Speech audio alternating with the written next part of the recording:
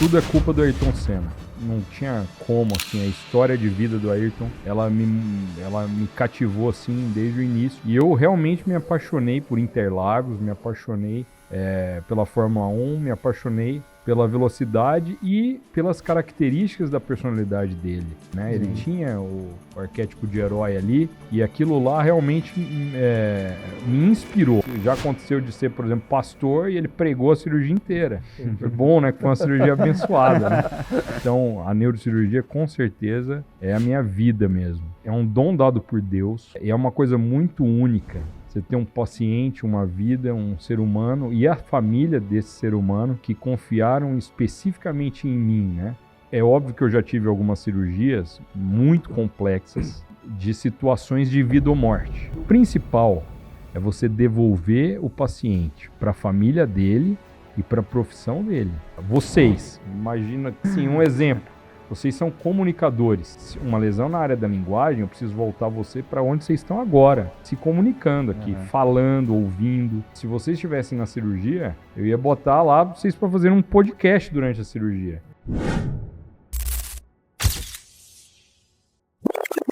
Fala galera, bem-vindos a mais um ChecksCast. Hoje a gente está aqui com um convidado ultra especial, um cara que tem duas profissões.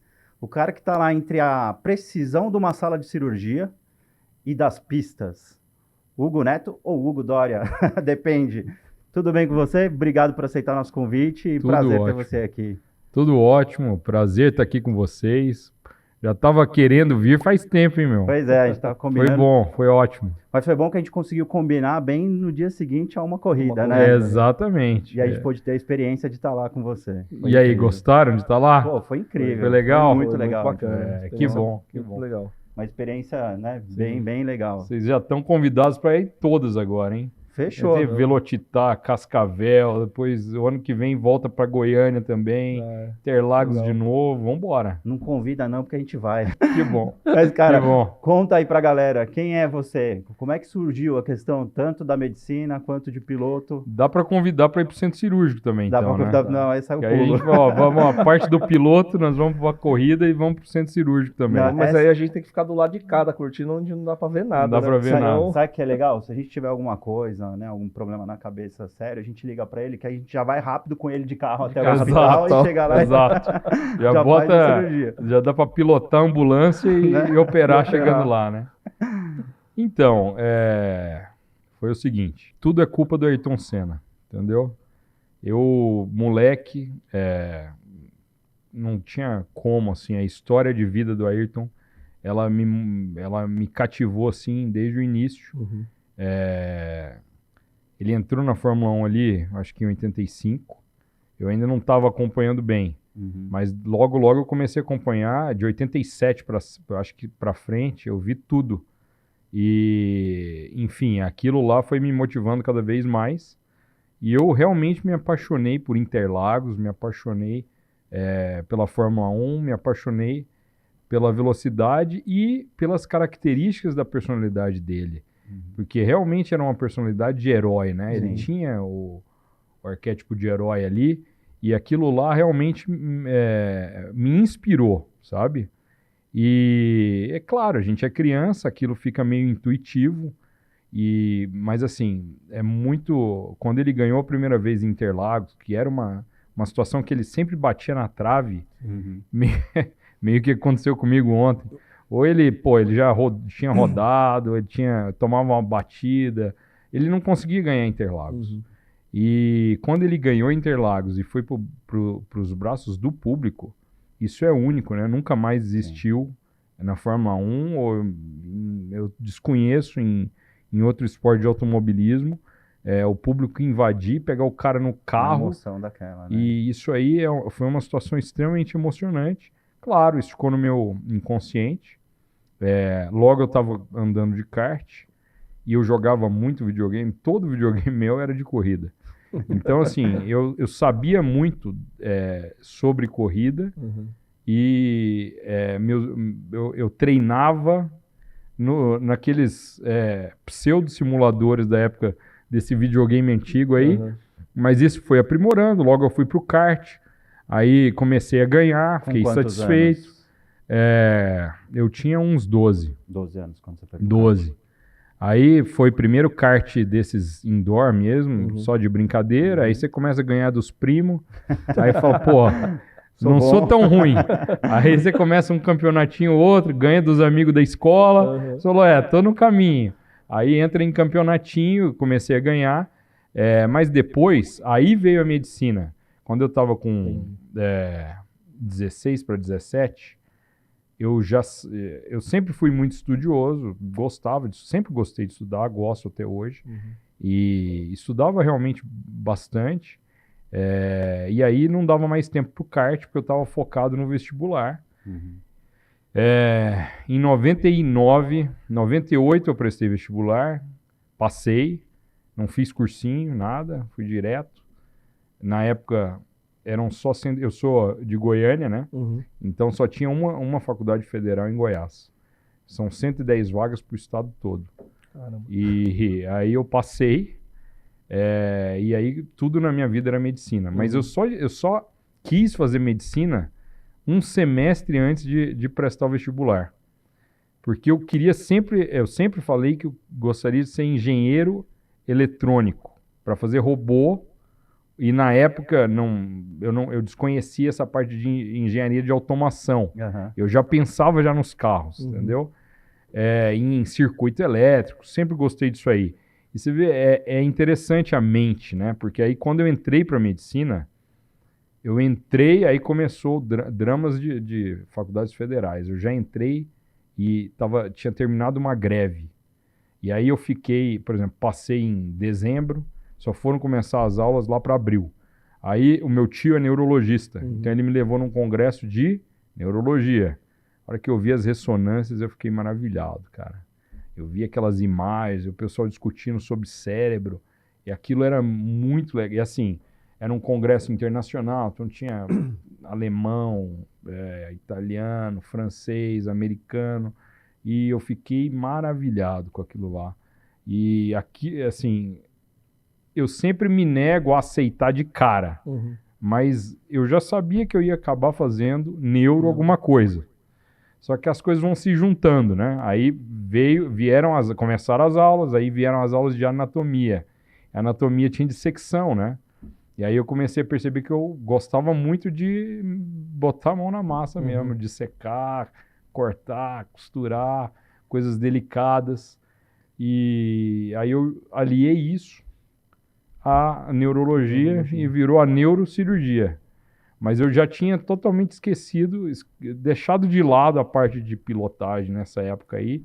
E foi só medicina de 99 até 2014. Eu vi uma entrevista sua que você menciona, acho que aí antes talvez de você fazer até a medicina, que você chegou para sua mãe e falou que queria ser piloto. Foi. Aí ela falou, vai ganhar Era dinheiro. moleque. Vai ganhar dinheiro primeiro. Isso mesmo. Isso aí foi exatamente o que aconteceu. Porque eu falei, mãe, ela falou assim, pô, e aí, você vai fazer o quê? Eu falei, o que eu quero mesmo é ser piloto. Aí ela falou assim, mas você vai ser piloto como? Eu falei, não sei, eu quero ser piloto. Ela falou, não, é muito caro, não tem como você ser piloto, não tem como. Porque os karts estavam ficando caros, né? Cada vez mais caros. E aí ela falou, não tem como você ser piloto. Você quer ser piloto? Eu acho que ela falou isso para me incentivar. Você quer ser piloto? Então beleza, estuda, seja o melhor na sua especialidade, ganha dinheiro, e aí você, com o seu dinheiro, você vai lá e vai virar piloto. E fomenta o seu sonho, entendeu? E foi o que eu fiz. Tanto que hoje, eu sempre falo com ela todo dia, né? Mas nos dias de corrida eu falo muito com ela. A gente reza antes, tudo. E aí ela às vezes fala, pô, você tem que parar. Eu falei, não, mas foi você que me mandou ser piloto. Agora você, no mínimo, reza aí e vambora. A sua parte agora é rezar, exato, né? Você não falou pra ganhar dinheiro e depois... agora a culpa é isso. E hoje qual te brilha mais os olhos? Qual profissão te brilha mais os olhos?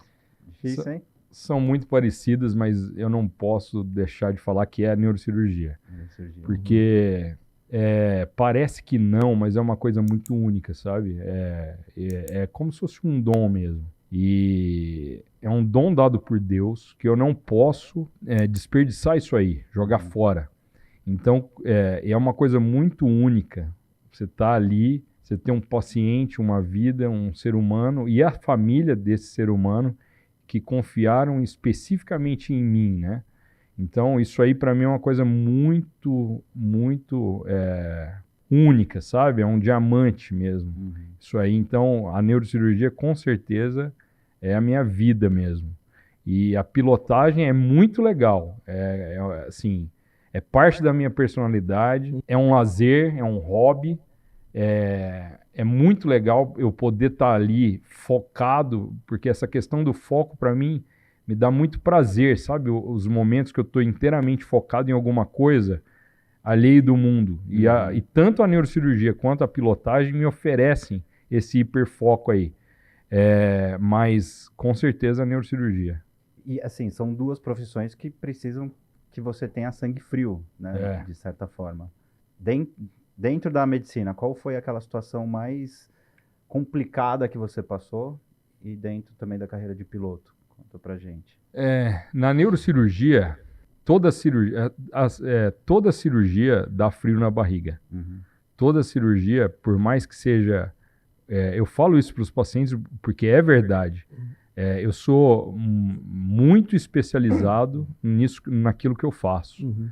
Então, eu digo que toda a minha vida, né, desde a infância, eu fui preparado para ser neurocirurgião. E agora, neurocirurgião, microneurocirurgião, que é especializado em cérebro, né? Uhum. Então, e isso exige mesmo experiência. Eu já estou com 20 anos de experiência de carreira como neurocirurgião. Mas cada cirurgia, ela gera sua ansiedade, sabe? E essa ansiedade é boa, porque ela gera preparação, ela gera estratégia, ela gera estudo, ela te inquieta de uma maneira proativa, né? E isso é muito fundamental para que você nunca se acomode. Mas é óbvio que eu já tive algumas cirurgias muito complexas, de situações de vida ou morte. Quando a gente, por exemplo, tem neurocirurgia vascular, que é a parte de aneurisma cerebral, às vezes você tem um aneurisma muito grande, e existe eu costumo dizer que é um no returning point. Você chega numa situação dentro da cirurgia que se você for à frente, continuar operando, não tem como mais você voltar. Se, por exemplo, você abre um aneurisma, você tem que tratar o aneurisma. Porque se você não trata o aneurisma, o paciente vai morrer. Uhum. Então, essas situações elas são muito estressantes, elas exigem uma gestão de risco muito afiada. Uma tomada de decisão Uma muito tomada de rápida, decisão né? muito rápida e você, em uma fração de segundos, você consegue vislumbrar ali se você vai conseguir fazer ou não. E isso é muito importante. Então, mas quando você faz, isso gera um prazer muito grande, sabe? Então, a adrenalina sobe muito, a tensão sobe muito, exige um clímax ali. O centro cirúrgico inteiro fica em clímax, não é só o cirurgião. Porque tem um cirurgião, anestesista, os auxiliares. Eu tenho uma equipe de neurocirurgia hoje. Então, meu irmão também é neurocirurgião, só que é mais focado em coluna, mas a gente opera junto. Eu o ajudo, ele me ajuda. E eu tenho mais 2 neurocirurgiões na minha equipe e tem a minha instrumentadora, que é uma instrumentadora neurocirúrgica. Então, é uma equipe grande. Ficam umas 15 pessoas na sala e todo mundo entra em tensão. E aí, quando se resolve, todo mundo dá aquele clímax, sabe? E é uma especialidade, assim, que... Quer dizer, não que as outras não sejam complexas, né? Mas a gente pensa em neurocirurgia, é uma coisa assim, que realmente não permite Erros, né? margem de erro. E eu vou te contar um detalhe que é ainda mais um ponto de tensão um pouco maior. Toda especialidade tem sua complexidade, mas realmente a neurocirurgia ela é muito objetiva. E o resultado é muito dramático, para o bem ou para o mal. Então, o hospital inteiro sabe se você é bom, se você é ruim, porque o paciente ou ele sai perfeito, ou ele sai sequelado ou sai morto. Então, o hospital inteiro te conhece. Desculpa te interromper, mas por mais que o médico seja fantástico, não pode acontecer de ter sequela? Pode acontecer de ter sequela, e isso tem que ser muito bem conversado antes da cirurgia. Porque a maioria das minhas cirurgias, e elas são eletivas, ou seja, elas não são de urgência. Tá. E para ser muito transparente, a cirurgia eletiva ela é muito mais complexa, se você for pensar em termos de compromisso com o paciente, do que a cirurgia de urgência. Porque a cirurgia de urgência, a própria família já sabe que é uma situação dramática. Agora, a cirurgia eletiva, o paciente, a maioria dos pacientes que eu opero, eles estão perfeitos. Então, ninguém sabe que eles estão doentes, a não ser o próprio paciente que começa a sentir. Então, hoje, os métodos diagnósticos, a ressonância, os desdobramentos da ressonância, que são várias sequências que hoje são muito mais precisas, nos permite diagnosticar isso aí muito mais precocemente. Então, eu volto a falar do aneurisma porque é uma situação bem mais familiar para o pessoal. Às vezes a pessoa tem um aneurisma, não sabe que tem um aneurisma, porque ele não dá sintomas, só quando ele explode. Mas a maioria dos aneurismas que eu opero ainda não explodiram, não romperam.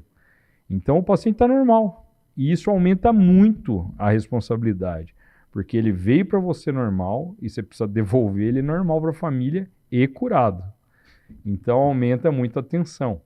E nesse tipo de situação é que parece um pouquinho com a tensão que eu tenho como piloto lá. Só que como piloto, quando acontece qualquer problema, o prejudicado ali sou eu, né? E o paciente, por isso que ele é muito mais ilustre. E a gente tem muito mais comprometimento com o paciente. E já aconteceu, eventualmente, até principalmente lá no início de carreira, porque assim, você está falando, né? Normalmente finaliza a cirurgia e tem aquele êxtase né, final. Mas, eventualmente, de arrependimento. E como lidar com isso? Putz, eu poderia ter feito uma coisa diferente. Sempre, todas as minhas cirurgias, a partir de um determinado momento da minha carreira, são filmadas. E isso me ajuda muito como feedback, entendeu? Muitas vezes o paciente está perfeito. Só que eu comigo mesmo estou vendo o filme, que eu sempre vejo o filme, e falo assim, olha, podia ter feito isso aqui um pouco melhor, um pouco.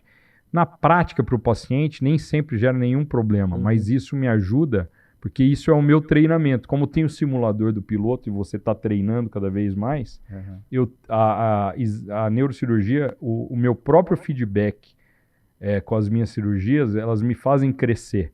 E aí você vai eliminando, por exemplo, o que a gente chama de movimento fantasma, quando você... 2, 3 movimentos para fazer uma mesma ação. Se eu poderia fazer com um movimento só. E isso otimiza tempo, o que diminui a exposição do paciente e melhora ainda mais o resultado. Então, por mais que o paciente está perfeito, ele nem está sabendo disso, mas eu estou melhorando, e por isso que a experiência faz diferença, né?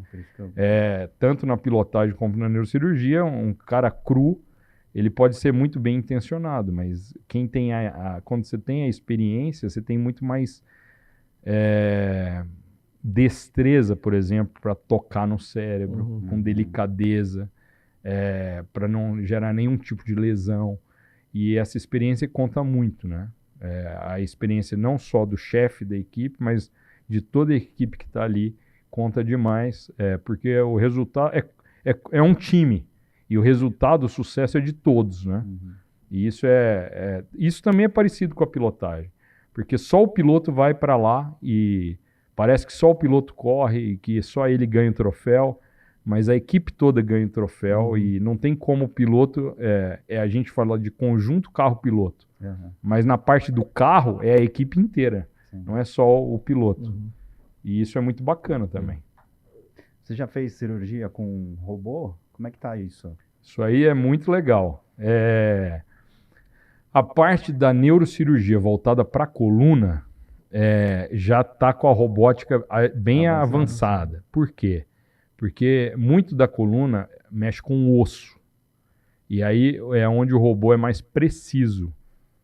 Mas para o cérebro em si, é óbvio que a tecnologia ela vai chegar nesse ponto, mas ainda não chegou. Porque realmente são movimentos que exigem tudo que você tem de sensibilidade. Então, o tocar no cérebro, ele é um tato específico que gera o reflexo na minha mão, aí eu sei através do reflexo se eu estou sendo delicado, porque a gente usa, por exemplo, o aspirador, ele não é só um aspirador para aspirar e limpar o campo. Ele também serve como afastador. Então são vários movimentos na mesma ação. E isso é mais complexo para você programar um robô. Eu imagino que a partir do momento que a gente conseguir programar um robô para operar um cérebro humano, não tem mais limite para o robô. Então ele já é um ser humano pronto. E isso ainda não chegou. Porque as tomadas de decisão são muito rápidas e toda a parte de sensibilidade e de reflexo e de ação, ela tem que estar na maior tecnologia possível para que chegue nesse ponto, né? A gente está tentando reconstruir um cérebro humano, porque no frigir dos ovos é um cérebro humano operando outro cérebro humano, com todas as funções neurológicas que eu tenho de melhor, e você oferece ali para salvar a função neurológica do paciente. E isso aí o robô ainda não conseguiu, mas vai conseguir, imagino eu. E qual a diferença do robô onde tem um médico que vai, como é que fala? Como se fosse um joystick, né? Você vai atuar através do robô para fazer a cirurgia. E acho que eu já vi casos, inclusive, que você faz isso à distância. Não, isso já é realidade. Eu já operei com um robô, uma cirurgia que era um tumor na coluna, mas esse tumor ele entrava para a parte pélvica. Então aí a gente usa o mesmo robô, o Da Vinci, por exemplo, que é mais famosinho aí, que o pessoal já deve ter visto. Por que dá certo na cavidade abdominal? São vários braços e você, dentro da cavidade abdominal, você tem espaço. Então o braço, como se fosse isso aqui, ó, são braços parecidos com esse aqui. Ele está numa base e ele tem várias articulações e ele penetra na cavidade abdominal como se fosse uma laparoscopia com as câmeras. Só que são vários. Só que dentro do abdômen, você insufla ar, então você tem espaço para o braço mexer. É o que você não tem na cabeça. Porque um movimento errado do braço lesa o cérebro da pessoa inteira. E o cérebro ele só tem uma chance. Você não tem duas chances. Lesou, não tem como você falar, ops, foi mal. Na próxima a gente não erra. É isso que eu ia comentar. Não tem essa. Hoje em dia se transplanta praticamente tudo, né? O cérebro menos cérebro. Não tem substituto. É isso. Porque a gente pode pensar no cérebro anatomicamente como se fosse o hardware, mas a gente não pode esquecer que quando a gente fala de cérebro, a gente fala de personalidade. Sim. Quando a gente fala de personalidade, a gente pode extrapolar para falar de alma. Aonde está a alma do ser humano? Aonde está a personalidade? Por exemplo, tudo que vocês, sem demérito, mas tudo que se fala assim, eu guardo isso no coração. Nada é no coração, é tudo no cérebro. Então não tem como, a gente precisa ser real, é tudo no cérebro. É onde a gente guarda tudo, sente tudo, é onde a gente tem todas as memórias de intraútero, entendeu? Que estão gravadas ali numa parte cerebral que a gente chama de amígdala, que é uma parte, por exemplo, da memória mais arcaica, que ela não é, por exemplo, sozinha, passível de interpretação. Quem interpreta é outra área cerebral, que é o lobo frontal. Então, isso é muito bacana. Quando a gente começa a falar de neurociência, e eu gosto muito de neurociência, meu doutorado na Unifesp é em neurociências, um doutorado de aneurisma cerebral, mas o título dele e todo o estudo foi em neurociência. E então, mas isso é super bacana, que a gente começa a falar, não para, porque é muito interessante, né?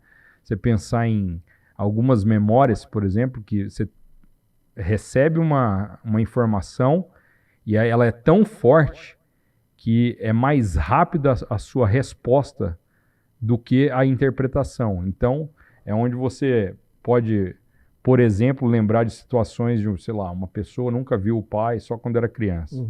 Aí ela está trabalhando, sei lá, é garçonete, por exemplo. Depois de 40 anos, 30 anos, aí ela depara com o pai, ela não sabe que é ele não sabe que é ela, mas uma reação, ela deixa cair a bandeja no chão. Isso é a amígdala, que imediatamente ela vai gerar uma reação antes do frontal interpretar. Então isso é muito bacana. E aí, quando a gente começa a estudar neurociência, começa a estudar comportamentos, reações posturais das pessoas. E isso é muito, muito legal. A amígdala regula, né? Assim, até onde eu sei, por exemplo, questão de ansiedade e tudo mais é uma... Ela pode regular também, porque uma situação desregular, dessa né? ou desregular. É o que eu te falei, se a gente começar a falar, é super bacana. E é interessante, se tem uma coisa que eu não sei, como o pessoal de Hollywood eles vão fazendo uns filmes que a gente vai, às vezes, 20 anos para frente. Vocês devem lembrar do Robocop, né? E a discussão era essa do Robocop, né? Hoje a gente está numa fase de IA e a gente está discutindo, por exemplo, como a IA, uma IA que vai comandar outras IAs, e aí como é que a gente vai fazer? E naquela época eles discutiam se todos os policiais iam ser robôs, e seria muito bacana, eles falavam na época, por quê? Porque ele não é humano, então ele não toma decisões, e o que eles não queriam era exatamente que a amígdala interferisse nisso.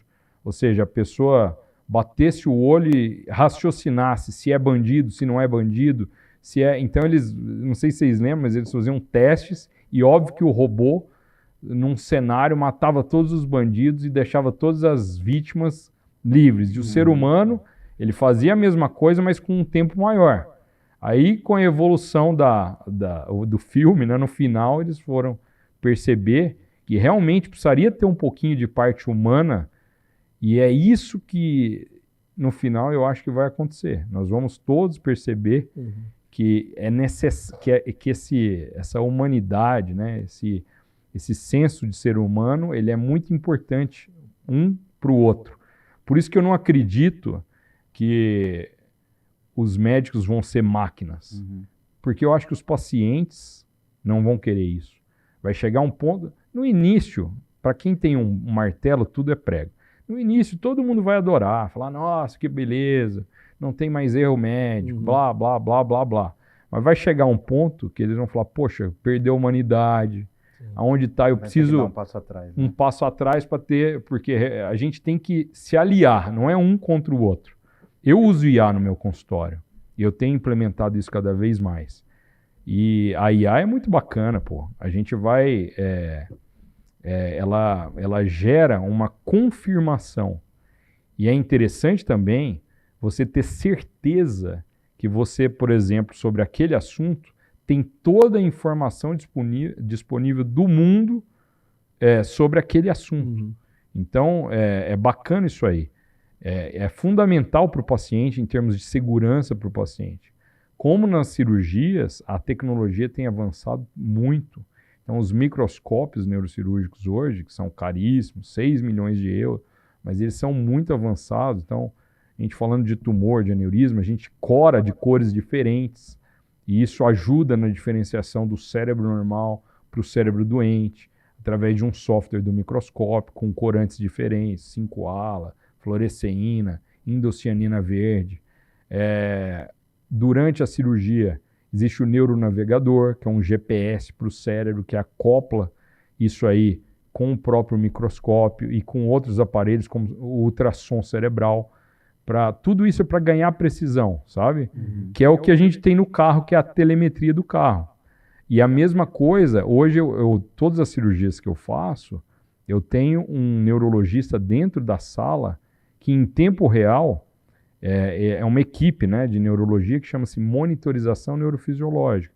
Ela consegue gerar informações para mim sensitivas e motoras das funções neurológicas do paciente em tempo real. Então, isso é fundamental em termos de segurança. Você está operando e por exemplo, um tumorzinho no nervo óptico ou na área visual primária. Você tem que saber até onde você pode tirar para o paciente sair perfeito. Então, isso é muito importante e é uma coisa que no carro já se tem há muito tempo, que é a tal da telemetria, né? Por que tem no carro há muito tempo? Porque a Fórmula 1 ela é pioneira em termos de tecnologia e tudo é testado lá e vem depois para o carro. Então já tem tudo lá. E isso é bacana, que agora a gente vai tendo na cirurgia também. A Fórmula 1 é um laboratório importante, né? É isso. Tem tanto investimento. Exatamente. É onde o dinheiro está, né? E na medicina, quem faz os investimentos em tecnologia? Hoje a gente tem, por exemplo, o Elon Musk fazendo investimento na medicina, Porque isso eu tenho certeza, a gente estava falando agora há pouco, a neurociência, ela é o caminho não só para o paciente se recuperar, como também para quem investir ganhar dinheiro. E é um investimento muito alto. A gente não está falando de nível médico. Uhum. Os médicos eles vão atuar no produto final disso aí, mas não são quem vai aportar o dinheiro para essa tecnologia existir, são as grandes big techs, como, por exemplo, a gente tem o pessoal da Amazon investindo nisso, Google, é uma corrida, né, na verdade. E o próprio Elon Musk, que está, por exemplo, fazendo um projeto, o cara acabou de fazer um foguete da ré lá na SpaceX, agora ele está num projeto chamado Neuralink, que é interessantíssimo, porque ele introduz vários eletrodos cerebrais, e são vários eletrodos em várias áreas distintas do cérebro, e esses eletrodos eles vão gerar informações e também agirem como estimuladores cerebrais profundos, que, por exemplo, para o Parkinson, que a gente citou agora há pouco, é um eletrodo que a gente coloca, que é um estimulador cerebral profundo. E nesse ponto, a tendência é o quê? É otimizar a reabilitação neurológica. Hoje, até hoje, nós estamos em 2025, o neurônio, que é a célula base do sistema nervoso central, ele não pode ser substituído. Morreu, acabou. Por isso que a gente tem AVC, sequelas de trauma, tetraplégicos, paraplégicos. E a gente ainda não consegue fazer essa reabilitação a ponto da pessoa voltar a se mexer. Mas é exatamente isso que está sendo estudado. Existem vários grupos, né? Tem o grupo do Elon Musk, tem um grupo na Inglaterra, tem um grupo na França. Então, vocês lembram de 2014, com o exoesqueleto, eles tentaram dar pontapé inicial na Copa do Mundo do Brasil. Então, o exoesqueleto, é óbvio que ele é exo. O que a gente quer é que seja o próprio neurônio a se reabilitar. Isso talvez venha com as células-tronco, né, que o estudo está bem avançado, mas a gente ainda não chegou em resultados palpáveis objetivamente para isso. Mas é o que se espera. Para quanto tempo você acha que... Está tudo muito rápido, sabe? E sendo muito sincero, eu não vou me espantar se a gente tiver alguma coisa bem palpável já em 2030. Caramba. Hoje, quais são as tecnologias mais avançadas, falando em neurociência, em neurocirurgia? Que eu até mencionei para você ontem, né, da questão do chip do Parkinson, porque, para quem não sabe, você faz a cirurgia, né, com o paciente acordado, vai testando e ele para de tremer. Isso ele para mesmo? Para, porque você testa ali naquele momento. E não volta mais? Volta se você desligar o aparelho. Só? Se manter o aparelho... Se manter o aparelho ligado, é claro que assim, a gente está acoplando um dispositivo mecânico a um ser vivo. Pode dar um problema, inclusive. Pode dar problema e pode ter uma evolução da doença que você precise regular novamente esse dispositivo. Um óculos, né? Por isso que esse eletrodo, ele é um eletrodo assim, que ele é implantado e ele pega uma parte vertical do cérebro, desses núcleos da base, maior. Ele não fica num ponto único. E aí, por exemplo, se houver uma evolução dos sintomas, você pode mudar a área onde você estimula. E isso é no consultório mesmo. E essa estimulação é feita e ele fala, agora, por exemplo, ele evoluiu para uma situação que eu mexo aqui, que é diferente do primeiro ponto, e ele melhora. Ou você também aumenta a voltagem, diminui. Então, isso é para a parte que a gente chama de neurocirurgia funcional. Agora, você falou uma coisa super bacana, a parte oncológica e a parte vascular, elas têm avançado muito, né? Na parte vascular, a gente tem esses microscópios, a gente tem angiografia intraoperatória, monitorização neurofisiológica, a gente pode curar o paciente e saber durante a cirurgia que ele está curado e sem nenhum tipo de sequela. Isso é fantástico. Na parte oncológica, as cirurgias a gente chama de awake neurosurgery. É uma cirurgia com o paciente acordado. Elas são fundamentais quando nós abordamos, aí é da onde vem a neurociência, tem uma neuropsicóloga, um neuropsicólogo na sala, fazendo inúmeros testes, dependendo da área onde a gente vai abordar, mas fundamentalmente uma área relacionada à linguagem. Porque a parte motora e sensitiva, a gente consegue através da monitorização neurofisiológica, que é elétrica, mas a linguagem não. Então, a partir do momento que você vai mexer numa área relacionada à linguagem, quando o paciente está acordado, é muito interessante, porque você consegue tirar o máximo possível da lesão, que pode ser, por exemplo, uma malformação arteriovenosa, que é uma MAVE, que é parte vascular, ou uma lesão expansiva, que é um tumor cerebral, um glioma, por exemplo. E com o paciente acordado, você tem a real noção se ele vai sair com alguma sequela ou não, porque é imediato ali. E a gente faz a estimulação antes. Porque o principal, eu sempre falo isso, é você devolver o paciente para a família dele e para a profissão dele.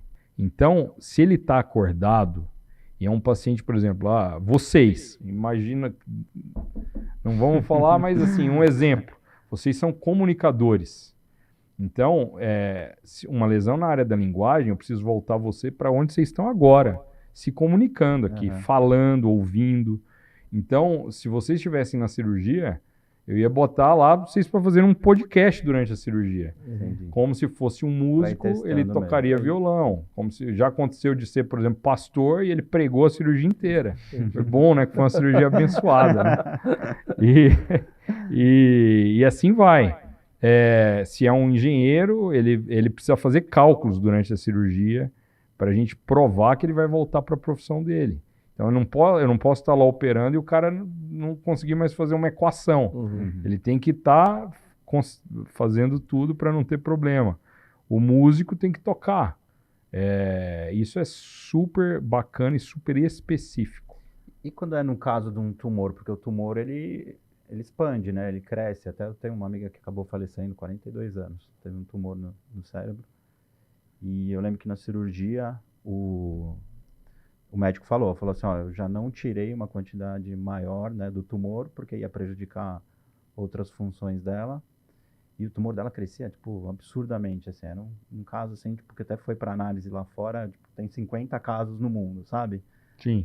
E como é que funciona numa situação dessa? Então, existem esses casos raros, mas infelizmente, até pela idade que você falou e pelo um pouco da história que você passou, talvez o caso dela seja um dos casos que é muito comum, infelizmente, porque o tumor mais comum, que a gente chama intraaxial, é o glioblastoma multiforme. E ele, infelizmente, vem numa faixa etária, pega o paciente ali no ápice da vida dele, é produtivo, inclusive, e, infelizmente, ele é muito rápido, ele é maligno e ele é incurável. Então, a gente consegue, quando ele é muito bem operado, a gente tira...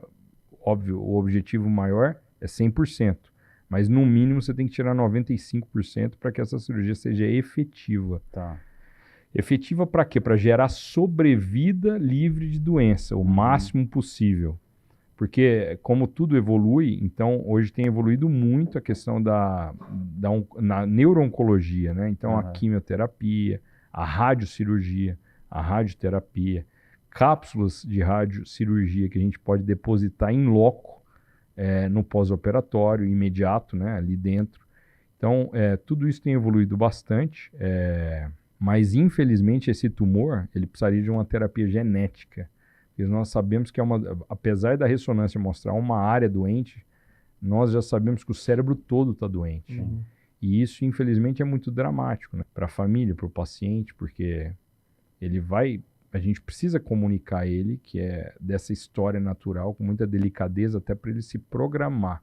E é óbvio que nenhum ser, nós como médicos, nós não sabemos especificamente para aquele paciente quando vai ser o deadline dele, quanto tempo ele vai ter de vida. Isso aí é folclore, ninguém sabe. A gente sabe, a gente pressupõe baseado na história de outros pacientes do passado. Mas a gente prepara para que ele se prepare também, né? E para que a família se prepare. Então, essas são as situações mais dramáticas. Os tumores, eles são muito mais prejudiciais para o sistema nervoso central, porque eles infiltram o cérebro ou deslocam e abraçam muitas estruturas muito nobres, nervos muito pequenos, as próprias artérias do cérebro. Então, os tumores, eles são muito mais prejudiciais, entendeu? Assim como a doença vascular, mas depois que ela rompe. Porque quando ela rompe, é a pior doença que existe. Não tem outra pior que um aneurisma que rompeu ou uma MAVE que rompeu. Mas antes de romper, é totalmente, a chance de cura é muito alta e a chance de sequela é muito baixa. Em mãos experientes, né? Lógico, senão... Senão não adianta nada. E a tecnologia? Vamos falar agora do Hugo Piloto. Boa. O que vem aí de tecnologia? Você falou Então, que fez a transição, né, do kart para MG. Na verdade, foi o seguinte. Aí eu parei todo esse tempo aí. Fiz a neurocirurgia, aí fiz a residência. O meu sonho era fazer a residência aqui em São Paulo com um médico que era o Ayrton Senna do automobilismo, era o Dr. Evandro de Oliveira. E quando eu conheci o Dr. Evandro, aí o meu foco foi igualzinho eu tinha o foco pro Ayrton. E aí eu consegui fazer isso aí, então eu fui fellow, ou seja, estudante ali próximo, né? Fellow é aquele cara que está respirando o seu ar ali, entendeu? Então, é o que eu fiz com o Dr. Evandro durante 2 anos. E hoje o Dr. Evandro é falecido, mas ele era mundialmente conhecido como microneurocirurgião, que é exatamente isso que eu faço. E assim, era interessante, eu aprendia tudo, até o jeito, a postura, o microscópio, como ele sentava, como agia, como ele raciocinava durante a cirurgia, estratégica, reações. Neurocientificamente a gente fala de metamodelagem. Então eu metamodelei o Dr. Evandro ali, e a gente tem que dar os créditos, porque por isso que nós enxergamos alto, porque estamos em cima de ombros de gigantes. Então isso aí me ajudou muito. É claro que eu construo em cima. Aí depois eu fui para fora, primeiro para São Francisco, e depois para Phoenix, primeiro com o Dr. Michael Lawton, que hoje é um neurocirurgião mundialmente famoso, e agora ele está em Phoenix. E antes antes dele ir para Phoenix, tive com o Robert Spetzler, mundialmente famoso. E aí, enfim, depois dessa trajetória toda de neurocirurgia, aí voltou a minha mãe com aquela história: você ganhou, então agora você pode. Mas a vontade de ser piloto sempre teve lá. Sempre teve lá. E agora ela aí... liberou. Não, olha que interessante a vida, né? Teve um hospital, às vezes os hospitais, eles fazem tipo assim, dia do médico. Aí cada um faz uma benesse. E um dos hospitais falou assim: olha, nós vamos fazer um dia de kart na Granja Viana, na Aldeia da Serra. E aí eu fui e nem lembrava mais da sensação. Fui para brincar. Com a minha esposa, levei... Quanto tempo depois? Fazia quanto tempo que você não pilotava? Isso foi em 2014, eu acho. E eu não pilotava, sei lá, 94, 20 anos. 20 anos. E aí, sentei no kart, aí vocês vão entender. Esse é o problema um retardo mental do cara que tem psicopatia, assim, esse comprometimento. Sentei no kart, aí foi legal, gostoso. Falei, nossa, que legal, parece que volta tudo aquilo lá. Aí eu fui, a hora que eu vi eu tava em segundo. E, cara, é interessante, é a mesma coisa da cirurgia. A ordem dada é a ordem cumprida. Eu vi o cara na minha frente, eu não descansei enquanto eu não passei o cara. Só que nessa, eu não sabia, por exemplo, que eu deveria ter usado o protetor de costela. Não tá nem lembrando disso aí. E aí eu já tinha quebrado a costela, uma dor insuportável, aquele batendo, mas eu parei, não. A hora que eu saí, ganhei a corrida, aí o povo veio, minha esposa veio me abraçar, eu não abraça não. Aí levantei o troféu, e lá respirando igual o cachorrinho, assim, né? Respirando devagar. E aí ela, o que aconteceu? Eu falei, eu acho que eu quebrei a costela. Você não quer falar também, porque mulher, você sabe, né? E foi o que ela falou, você é idiota, você não parou de correr, você não tava com dor, parasse de correr. Percebeu que tava doendo. Há quanto tempo você percebeu? Umas 10 voltas atrás. Aí ela, você não quer parar, você quer ganhar a corrida. De todo jeito. E foi assim, aí eu ganhei a corrida, aí voltou o bichinho, a picadinha voltou ali, que você... Parece uma flechada do cupido. E aí, logo surgiram campeonatos de karts para médicos. Aí eu comecei a participar, comecei a ir bem. Aí teve um campeonato, eu não lembro exatamente a data, que eu acho que foi 2015, que eu acabei sendo vice-campeão. E aí aí um outro médico, amigo meu, me convidou, ele falou, olha, vamos fazer o curso de piloto? Eu falei, mas como é que é isso? Pô, é Interlagos. Você já foi em Interlagos? Eu falei, não. Tinha ido assistir Fórmula 1, mas nunca pilotado Interlagos. Cara, fui fazer o curso, aí acabou. Pra quê, né? Pra quê? Aí fiz o curso, aí você ganha uma carteira de habilitação FIA, né? Que você está habilitado a ser piloto. Óbvio que depois você vai evoluindo na carteira. E aí é impressionante.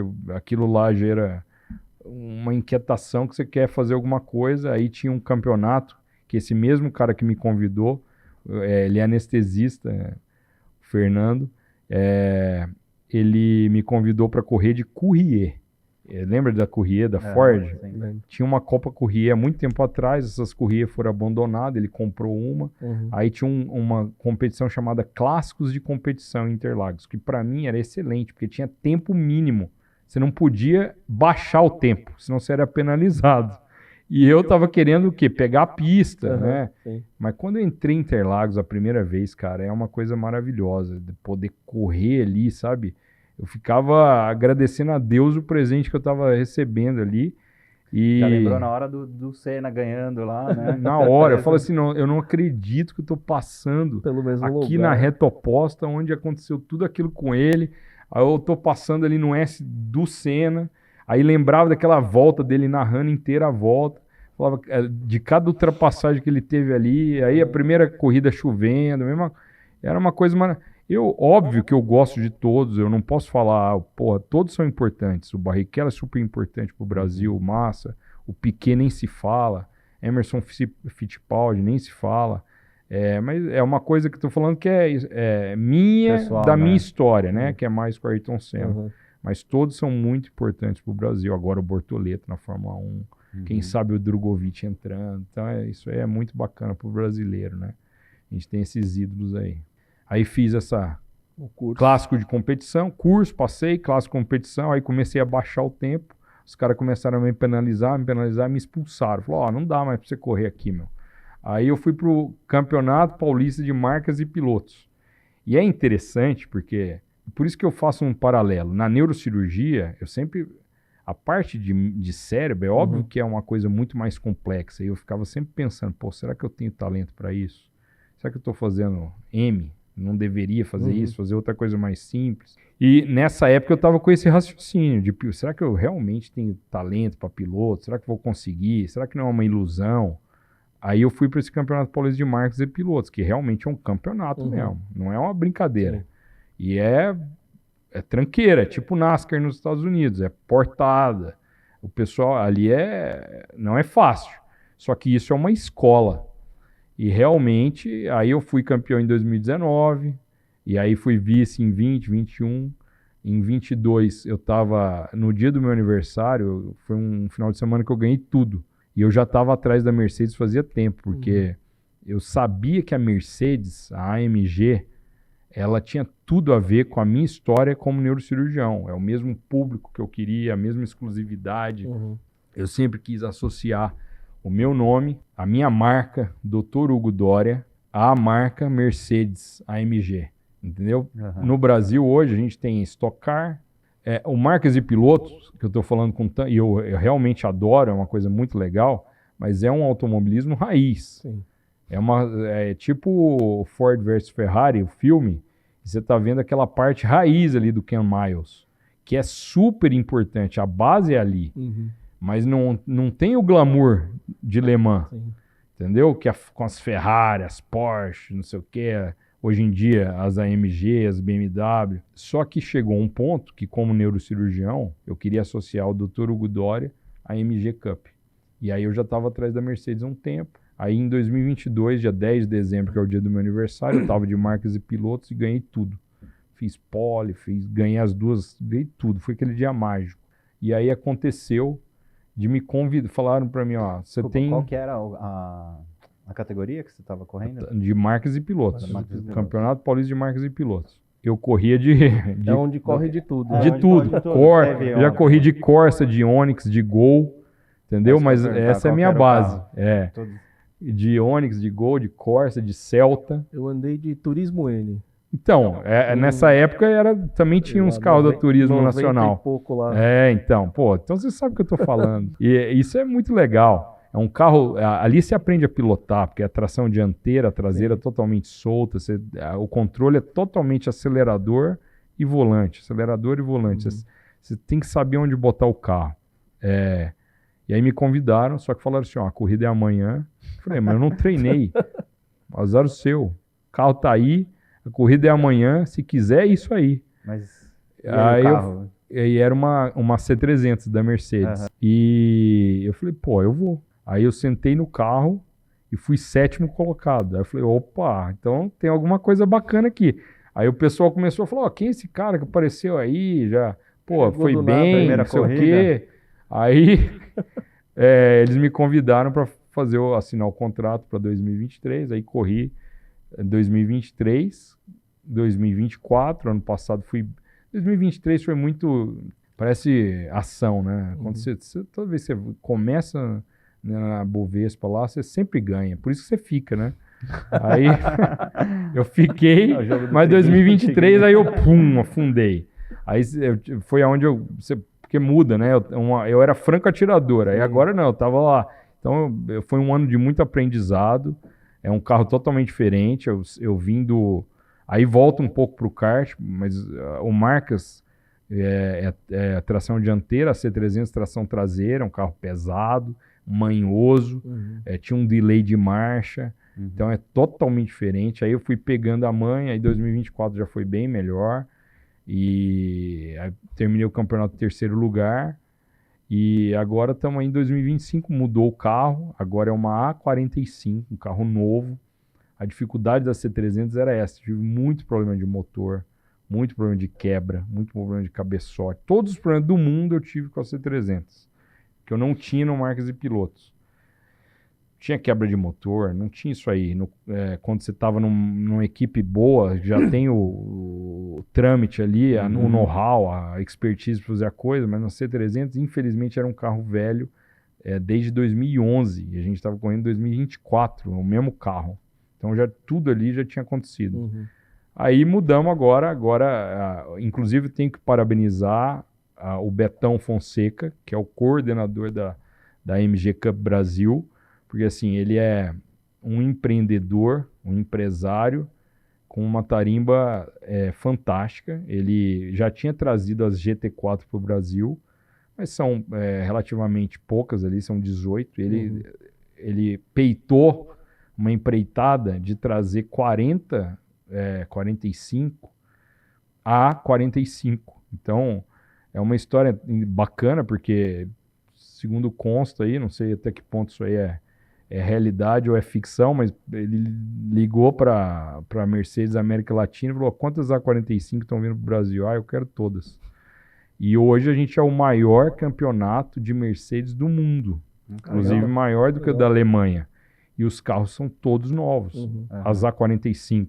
São 2 categorias, a Pro, que é a que eu faço parte, e a Sport, que tem um pouquinho mais de peso, na verdade. O carro anda um pouquinho mais lento.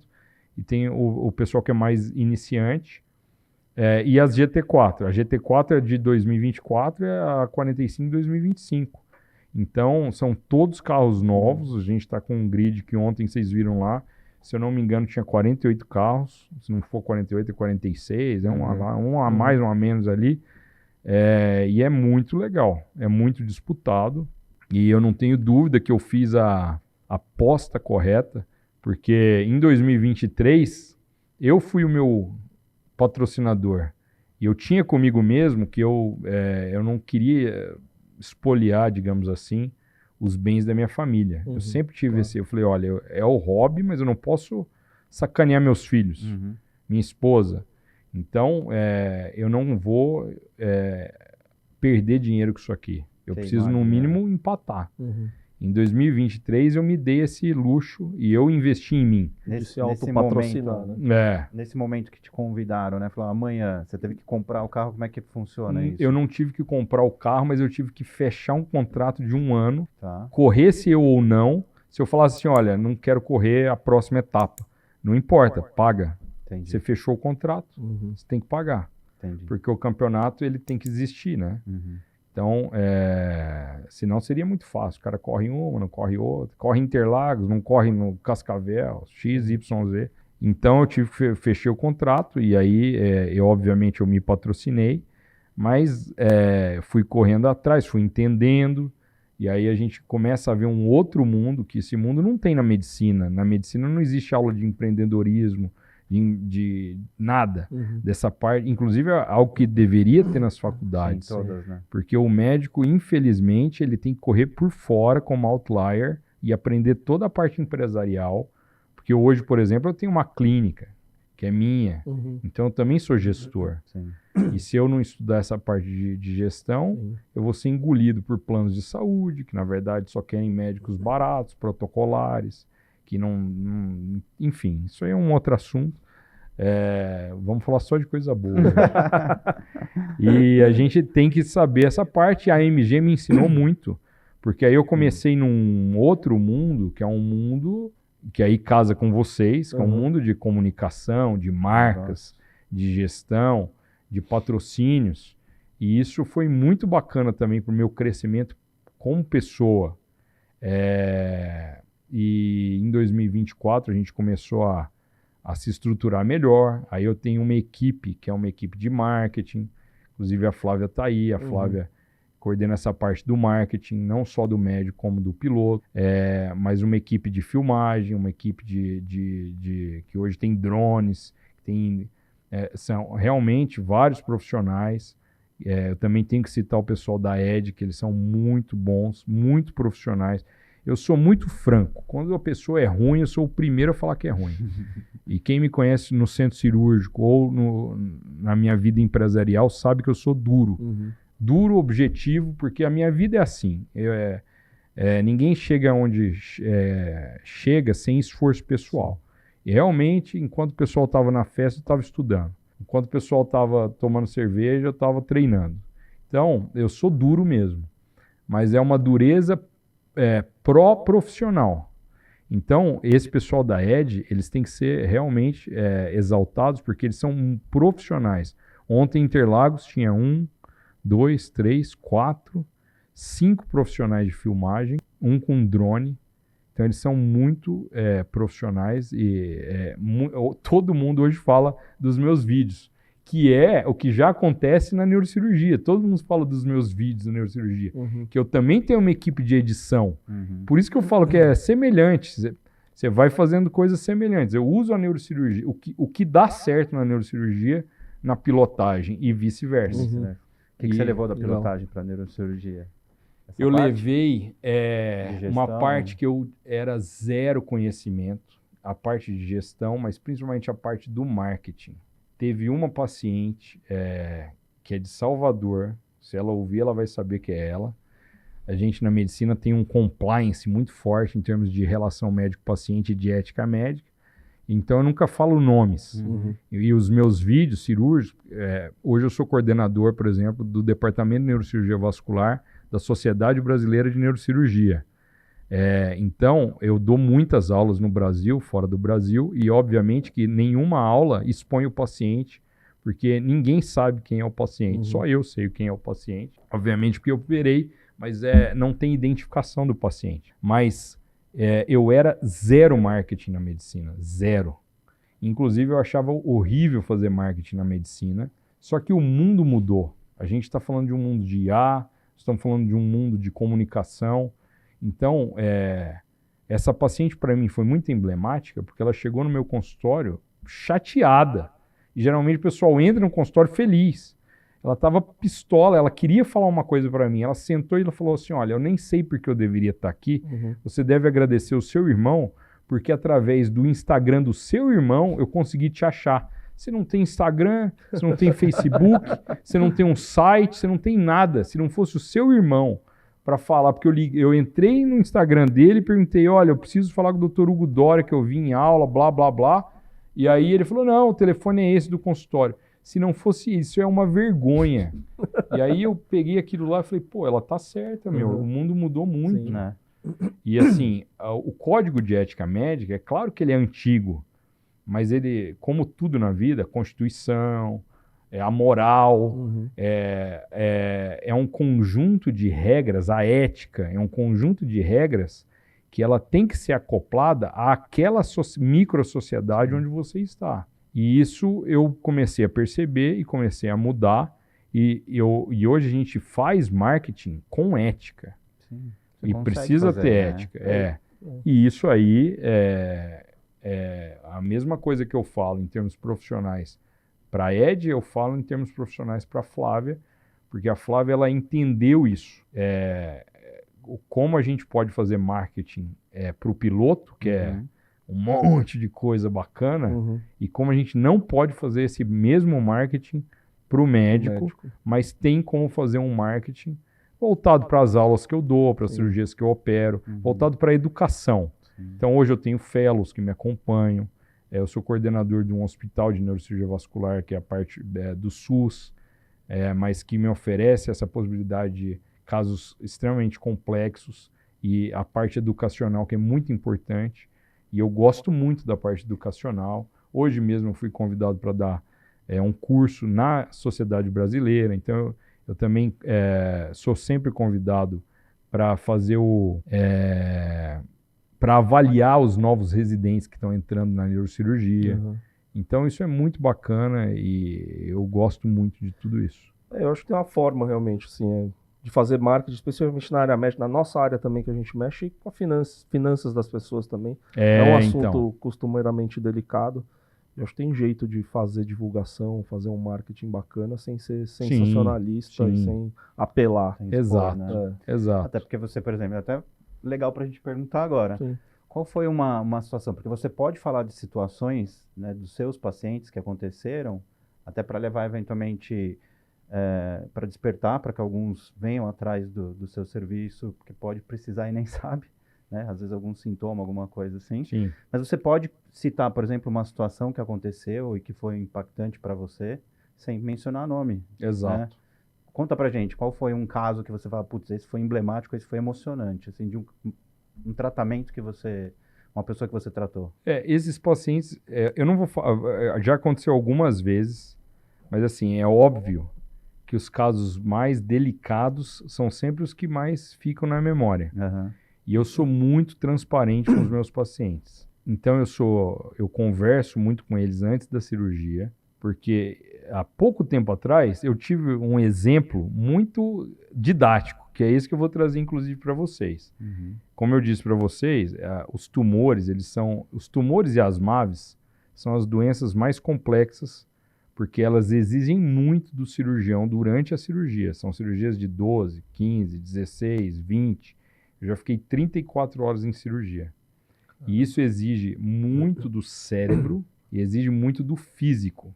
Tanto que também, como Ayrton Senna fez na época e foi disruptivo com o Cobra, eu preciso me fortalecer e o faço todos os dias, às 5:30 da manhã, para poder ter força para poder operar bem. Porque quando você está cansado, imagina você cansado. Na pilotagem é assim e na cirurgia também é assim. Se você está cansado, com dor muscular, o seu cérebro quer te tirar daquela situação e quer que você acabe a cirurgia o mais rápido possível. E aí é onde você faz o problema. Toma as piores decisões. Toma as piores decisões. Então, quando você está bem fisicamente, você está bem mentalmente. E nessas cirurgias longas, é uma luta constante. Você vai sempre pushing up your limits, jogando o limite para frente, jogando o limite para frente. Você chega naquele objetivo, você quer mais, para quê? Para tirar o tumor inteiro, tirar a MAV inteira, completar a cirurgia com 100% de êxito. Então, voltando nisso aí, teve uma paciente que foi operada por outro médico e ficou tumor, e o tumor voltou a crescer. E ela é uma jogadora de vôlei. E aí ela veio conversar comigo e aí na hora eu tive essa sacada.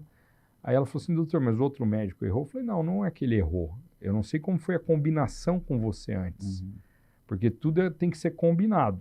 Por isso que eu estou conversando agora, inclusive, para a gente combinar. O que você faz? Ela falou, eu jogo vôlei. Eu falei, então, aí eu pensei um pouquinho e falei, quando você vai sacar, você pode simplesmente passar a bola para o outro lado. Qual é a chance de você errar? Não é quase zero? Mas qual a chance de você fazer um ace com esse só passando a bola? Também é quase zero. Então você vai fazer um saque pro forma. Entendeu? Ele é, digamos assim, útil, porque você não vai, enfim, perder o ponto. Mas a chance de você ganhar o ponto também, ali com o saque, é muito baixa. Então você vai fazer uma cirurgia que você vai tirar pouco, você vai mandar para biópsia, e é útil porque você vai mandar para biópsia. Mas você também não vai ser efetivo na cura do paciente.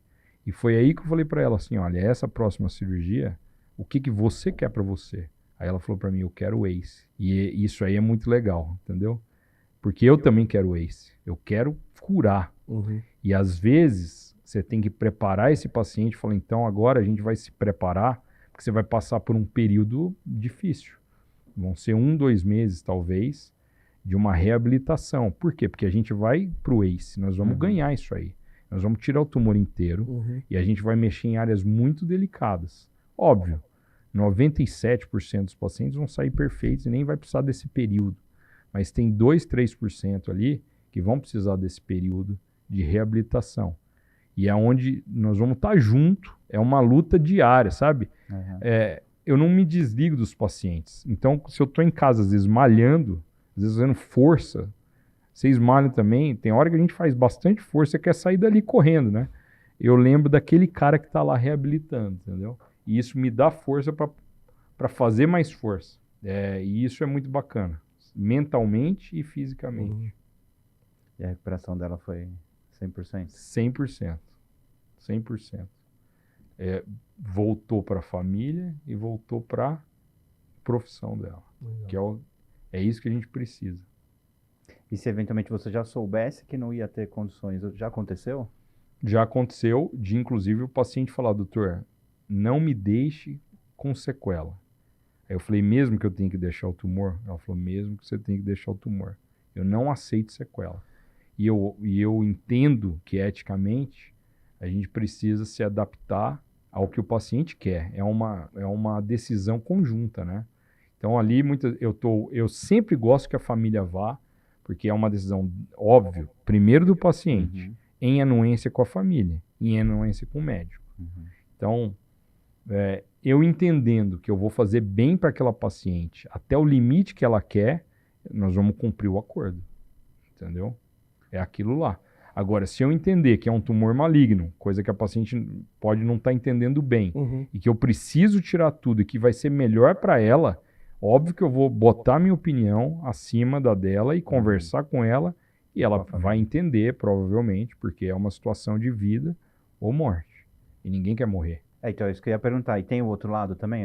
Tudo bem, eu prefiro ficar com alguma sequela, mas eu quero ficar 100% curado. Sim, Bastante caso. Tem bastante caso com isso aí também. Porque é uma decisão sábia. Como já veio para mim, piloto que tem um tipo de lesão, e eu tive que conversar com esse piloto e combinar com ele que ele não podia mais pilotar. Porque ele estaria botando a vida dele em risco ou a ponto de ficar tetraplégico. Então isso aí também é muito... eu entendo os dois lados da moeda. É uma decisão muito difícil, mas hoje eu, de uma maneira muito feliz, aonde eu passo em Interlagos, todo mundo fala, doutor. Então eles sabem que eu sou o neurocirurgião e assim, todo mundo vem a mim. E isso é muito legal, porque a responsabilidade aumenta muito, mas eu nasci para isso. Então é o que eu faço de melhor na vida. Eu brinco com eles, como piloto é hobby, vocês vão me ver. É óbvio que todo o meu empenho é para isso, mas a minha vida de piloto efetivamente tem o quê? Vamos botar aí 3 anos, 4 na Mercedes e com um pouquinho do Marcas antes. Como médico eu estou há 20, então a minha experiência é muito maior. Queria eu já ter essa experiência de 20 anos agora, dura isso, que quando eu tiver 20 anos de piloto eu vou estar com o quê? Aí eu já não vou ter, em tese, físico para poder estar ali pilotando, reflexo, né? Que isso é muito interessante também. Mas eu vi ontem lá, tem alguns pilotos mais velhos, né? Tem. Qual é a idade? Até que idade, pessoal? Eu não posso falar a idade, até né, para não expor não, mas a galera. Dos atuais, assim, algum caso que você sabe, puto, o cara foi até... Então, o que eu vou primeiro falar o seguinte, eu fico super feliz, por exemplo, no treino de sábado, eu estava em segundo lugar. Uhum. E aí meu filho, por exemplo, vira para mim e fala, pai, mas por que em segundo lugar? O Léo tem 9 anos, me acompanha. É um barato. Eu falo, por que segundo lugar? Porque quem está em primeiro lugar está com 19 anos, 20, 21, eu estou com 44, entendeu? O cara é 20 anos mais novo que eu, no mínimo. Uhum. E isso, óbvio, que gera reflexo. E outra, geralmente essas pessoas nasceram pilotando. Então o cara está pilotando ali desde os 6, 7, 8 anos de idade. Na verdade, eu ia complementar a pergunta, até, né, já que não precisa falar de outras pessoas, mas até quando você acha que é o seu limite? Então, hoje, dentro da MG, tem pilotos que estão pilotando muito bem e estão quase com 60 anos. E eu realmente não acho que para uma pessoa... o filme da Fórmula 1 agora, é muito bacana, aborda um pouco disso também. Uhum. Eu não acho que a idade seja o limite. Eu acho que o limite é dado pelo seu rendimento e pelo seu objetivo.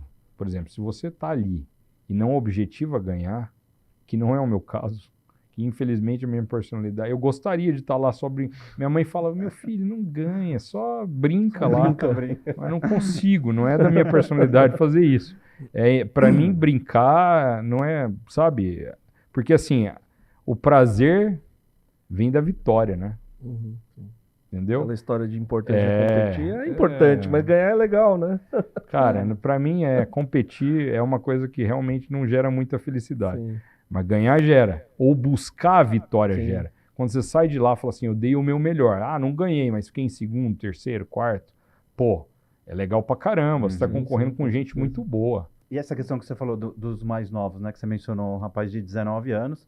E aí ele tem as questões motoras, eventualmente, mais aguçadas.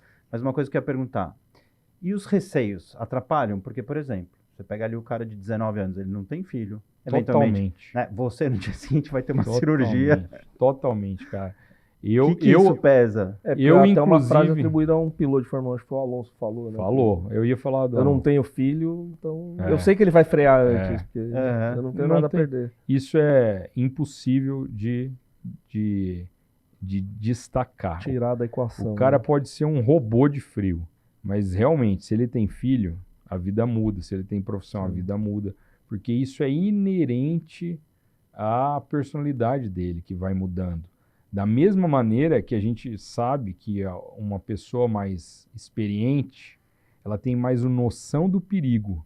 E a noção do perigo é muito importante. Dentro, não só da cirurgia, que é o perigo alheio, como dentro da pilotagem, que é o perigo comigo e com os coleguinhas que estão correndo ali.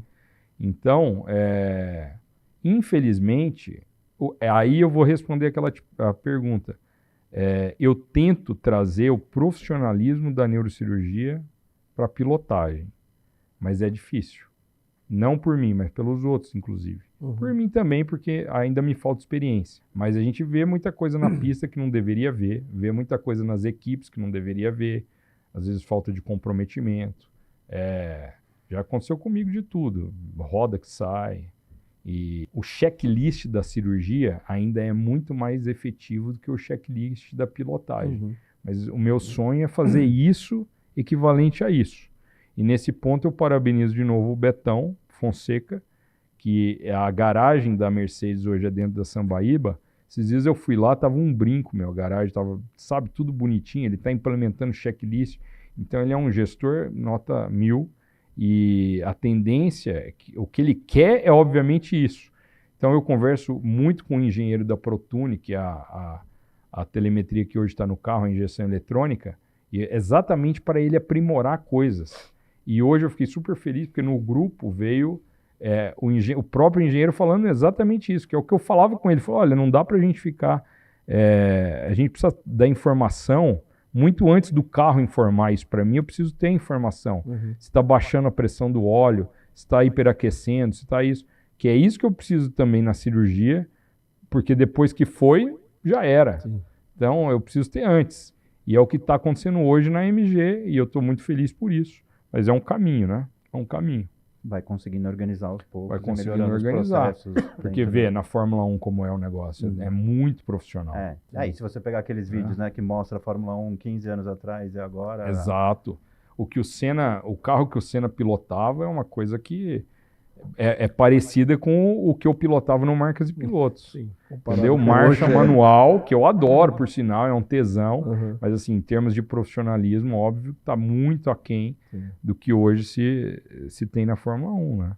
Por isso que a segurança hoje é muito maior. O cara saiu do meio da chama lá e tá normal. Tá vivo, tá bem. E tudo isso vem com o tempo, né? Com as experiências. Infelizmente, de quem sofre. A própria morte do Senna mudou muita coisa. O que você ainda vislumbra enquanto piloto? Eu vislumbro tudo. Quando eu tô com o meu macacão, com o meu capacete, eu me sinto com 20 anos. Então, os de 20 anos que me desculpem, entendeu? Mas eu me sinto com 20 anos. Na verdade, eu me sinto assim na vida. Isso pode ser bom ou pode ser ruim. Mas eu me sinto muito bem. Melhor do que quando eu tinha 20, 24, entendeu? Eu me sinto mais forte, eu me sinto melhor, me sinto mais inteligente, gerindo melhor meu dia, gerindo melhor minha vida. E eu acho que essa geração nossa agora tem isso aí e é muito positivo, porque a gente dá mais valor para o corpo, dá mais valor para os músculos. Musculação é uma coisa que rejuvenesce. A musculação raiz, né? Livre de muitos hormônios à parte aí. Mas é uma musculação que rejuvenesce, física e mentalmente. Eu indico musculação para todos os meus pacientes que, obviamente, podem, porque melhora a ansiedade, melhora a depressão, melhora o físico, melhora os hormônios. Quando eu estou cansado e eu vou para musculação, eu volto renovado. Quando eu estou cansado e eu não vou para musculação, meu dia não rende. Então, as pessoas que estão acostumadas com isso sabem disso. Então, por isso que eu me sinto muito bem, me sinto muito jovem e me sinto com todos os reflexos, eu acho que até pela neurocirurgia, 1000%. E eu cuido disso para que isso não aconteça nada de errado. E a segurança é o que eu mais quero para a pilotagem. Que a gente avance cada vez mais na segurança, para que tenha cada vez menos bandeira amarela, que atrapalha toda a prova, bandeira amarela, bandeira vermelha, que infelizmente tenha cada vez menos pessoas que se machuquem. Ontem, infelizmente, teve um acidente comigo, que não foi tão grave, estou meio dolorido aqui. Isso eu não desejo para ninguém, você bater a quase 200 por hora é triste, é uma sensação de morte iminente que não é legal. Então, eu estou bem dolorido aqui, mas um grande amigo meu, o Dipa de Pietro, ontem ele teve um acidente lá e foi mais grave para ele, mas ele está ótimo, super bem, mas ali a gente foi uma situação até engraçada, porque, como eu disse para vocês, todo mundo sabe que eu sou médico, então ele estava no ambulatório e eu cheguei no ambulatório e ele não sabia que eu estava lá como paciente, né? Ele achou que eu estava vendo ele. E realmente eu estava, porque eu estava preocupado com o Dipa ali. E eu falei, Dipa isso, Dipa aquilo, esqueci um pouco de mim, fui falar dele. Aí ele não sabia. Aí ele falou, pô, doutor, que bom que você veio aqui me ver. Ele chama de Doc, né? Doc, obrigado, blá, blá, blá. Eu falei, Dipa, mas eu também tive uma pancada, cara. Então, a gente estava ali por coincidência, mas foi bacana. E isso tem que, quanto menos a gente puder, mais a gente puder evitar, melhor é. Na neurocirurgia, por exemplo, meu doutorado, teve uma questão super interessante de segurança e de tecnologia. Eu usei a impressão 3D para evitar que os pacientes fossem operados em vão. Porque eu tinha... o meu doutorado ele teve 4 etapas. Uma etapa anatômica, que nas dissecções nos laboratórios, não só da Unifesp, mas também de St. Louis, que é um laboratório maravilhoso, um dos melhores do mundo, eu tive uma ideia. Na verdade, essa ideia foi até antes, foi em 2013, em Fort Worth, Dallas. Num laboratório lá em Dallas, especificamente em Fort Worth. E eu guardei essa ideia, discuti com muito pouca gente, era uma coisa originalíssima, que ia distinguir se um aneurisma de uma determinada região da carótida, ele precisaria ou não ser operado. Porque já tinha acontecido, principalmente em alguns casos que eu acompanhei no SUS, com o Dr. Evandro, com outros que trabalharam comigo, que infelizmente, poxa, precisava abrir a cabeça, chegar lá, dissecar tudo para falar, pô, não precisava operar esse caso. Ou o contrário, que também é super perigoso, até mais perigoso. Uhum. Você não operar o caso porque acha que não tem que ser operado, mas o cara tem um aneurisma que, se explodir, vai gerar uma hemorragia, e essa hemorragia é a pior doença do mundo, com um índice de mortalidade altíssimo. Uhum. Então, essa ideia eu dissequei nos cadáveres, que é a parte anatômica, fotografei tudo para embasar uma hipótese que era radiológica, que na época não tinha ressonância com 3 Tesla. Então eu guardei a ideia, aí veio a ressonância com o dobro da potência, aí comecei a discutir com os radiologistas, os neuroradiologistas, e aí eles falaram, acho que dá para fazer isso, hein? Acho que dá, vamos ver, tentar. Aí nós testamos e dava. Eu falei, opa, então a hipótese está aqui, a base anatômica está aqui. Aí eu precisava comprovar isso. Aí eu vou operar o cara? Isso é antiético. Aí veio, pum, impressão 3D. Aí fiz a impressão 3D e aí comprovei tudo.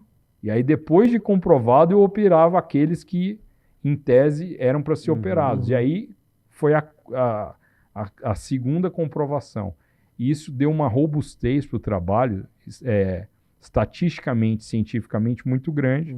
Tanto que ele foi aprovado e foi publicado numa revista norte-americana chamada World Neurosurgery.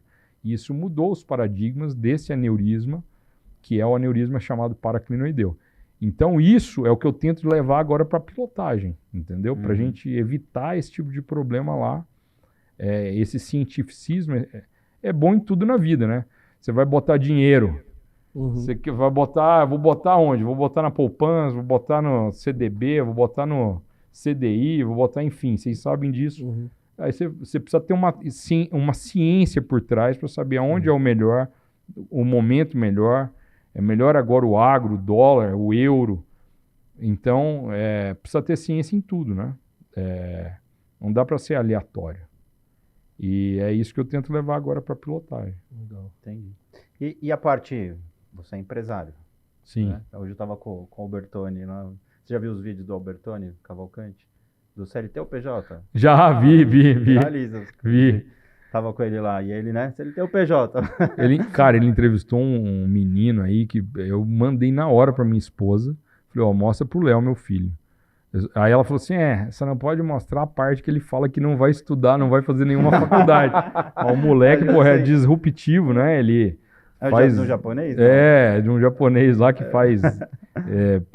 ele desenvolve jogos de videogame, né? E realmente, as pessoas hoje não vão pagar pra fazer faculdade. Exato. É tipo isso. E é o que você mencionou, né? E a gente vive vendo isso acontecer, né? As faculdades realmente elas não passam pela questão do... Bom, primeiro que assim, a gente já não tem... Eu, pelo menos, não tive em casa educação financeira. Sim. Na escola também não tem nada. Culturalmente já não é comum aqui no Brasil. Né? E depois, na faculdade, se você não fizer nada específico nesse sentido, não tem, e deveria, né? Sim. Minimamente ter né, uma matéria ali. Na medicina não tem nada. Sabe que é nada de gestão? Nada. Você sai cru total. E você abriu sua clínica que ano? E como é que foi de lá para cá? Como é que a primeira clínica eu abri em 2011, com sócios. Em 2015 eu montei a segunda clínica com os mesmos sócios. E aí, a partir de um determinado momento, minha esposa é neurologista infantil, meu irmão é neurocirurgião.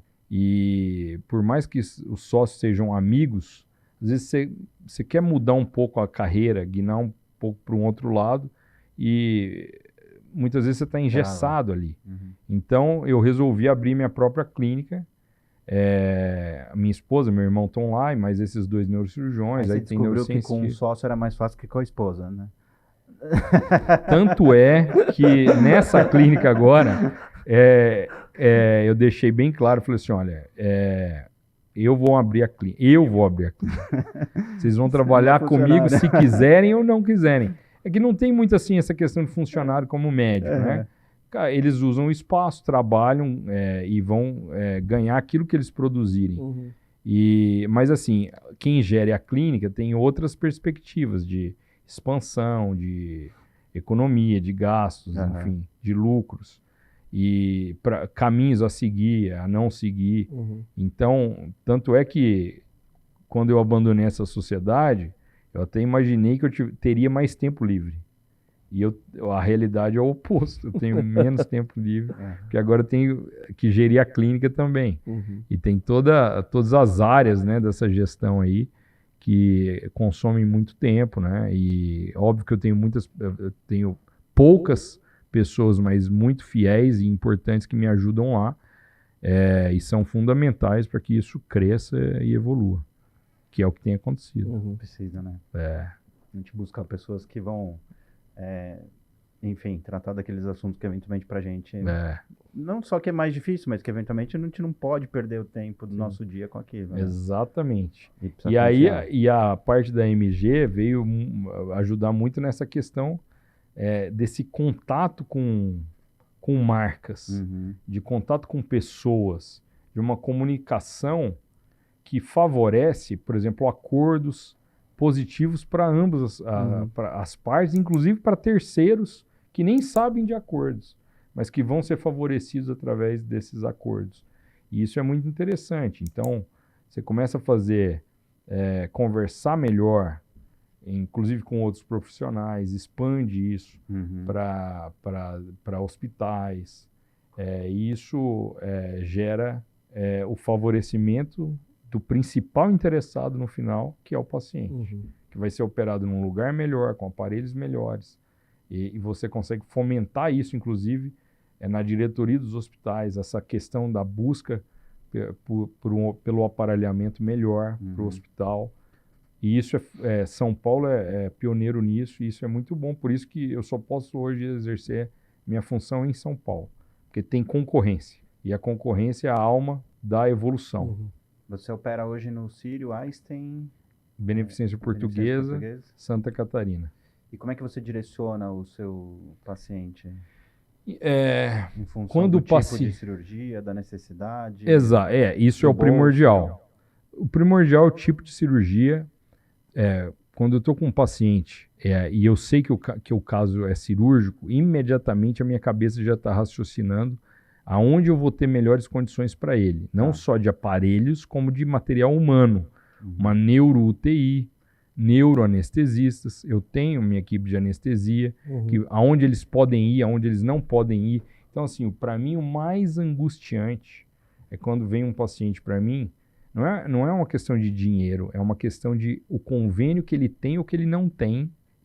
Porque os convênios hoje, infelizmente, eles estão se verticalizando. E isso é muito ruim porque limita o médico, limita muito o paciente. E na enorme maioria das vezes os pacientes assinam esses contratos sem saber o que eles estão assinando.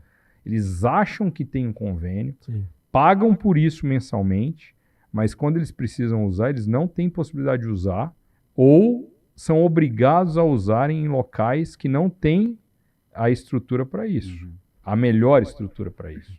E eu, como médico, estou ali zelando pelo paciente e mostrando para ele o que é melhor para ele e aonde vai ser melhor. Então, a maior angústia é quando eles têm que, por exemplo, fazer um upgrade, mudar de convênio, porque não tem condição de fazer isso aí naquele hospital que o convênio dele disponibiliza para ele. Mas nesses que a gente acabou citando aqui, são hospitais de ponta, né? E como eu conheço os Estados Unidos, a Europa, a gente sabe que, por exemplo, a medicina na Europa é até mais socializada. Então, São Paulo, esse miolo ali, onde está... O meu consultório é bem no cruzamento da Avenida Paulista. Ali você está perto do Sírio, da BP, do Santa Catarina, do HCOR, Oswaldo Cruz, esse miolo aí. O Einstein ficou um pouquinho mais longe, mas é muito rápido também ali. Esse é um círculo, digamos ali, da mais alta medicina do Brasil e é comparável à mais alta medicina dos Estados Unidos. Então, ali não perde para ninguém em lugar nenhum. Você tem a melhor tecnologia e o melhor nível humano também para isso, entendeu? E agora com a IA, isso vai ser mais otimizado ainda. Daqui a pouco você vai estar fazendo cirurgia da sua casa, vai ver. Já pensou? Acorda, liga a tela e faz a cirurgia, né?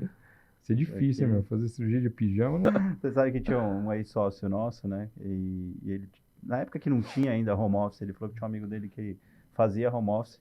Aí ele acordava, ele tinha que tirar o pijama, colocar a roupa, ele ia pra padaria, tomava café. Quando ele voltava pro escritório. Então. Na cabeça dele, exatamente. Ele precisava fazer aquilo. Se ele não fizesse, ele não conseguia focar, uma rotina rotina. Você tem que ter uns mecanismos que ativam funções cerebrais, né? Sim. Não sei se a gente tem... eu tô falando aqui, se não tiver tempo, vocês me falam. Mas tem uma coisa super bacana. Eu não sei se vocês lembram de uma corrida do Ayrton Senna em Mônaco, que ele estava mais de 1 minuto à frente do Prost, que era o segundo colocado. E aí ele depois descreve isso, falando que ele entrou numa sensação de como se ele estivesse numa outra dimensão. Uhum. Sim, eu lembro. E isso existe neurocientificamente. A gente chama de flow. É um hiperfoco na prática. Sim. Você consegue, não todas as vezes, mas você consegue. Até há pouco tempo atrás teve uma entrevista do Barrichello com o filho dele, o Dudu, e eles falaram isso de novo, de uma maneira mais científica, que nem o Senna sabia na época, que a neurociência estava muito pouco avançada na época, mas a gente consegue provocar isso em algumas circunstâncias através de ações rotineiras que levam você para esse estado de hiperfoco. E isso é muito interessante porque você chega a aumentar em 500% a sua efetividade, a sua acurácia naquilo que você está fazendo. E tanto é que o que atrapalhou o Senna na época foi o rádio, que os caras começaram a falar muito para ele.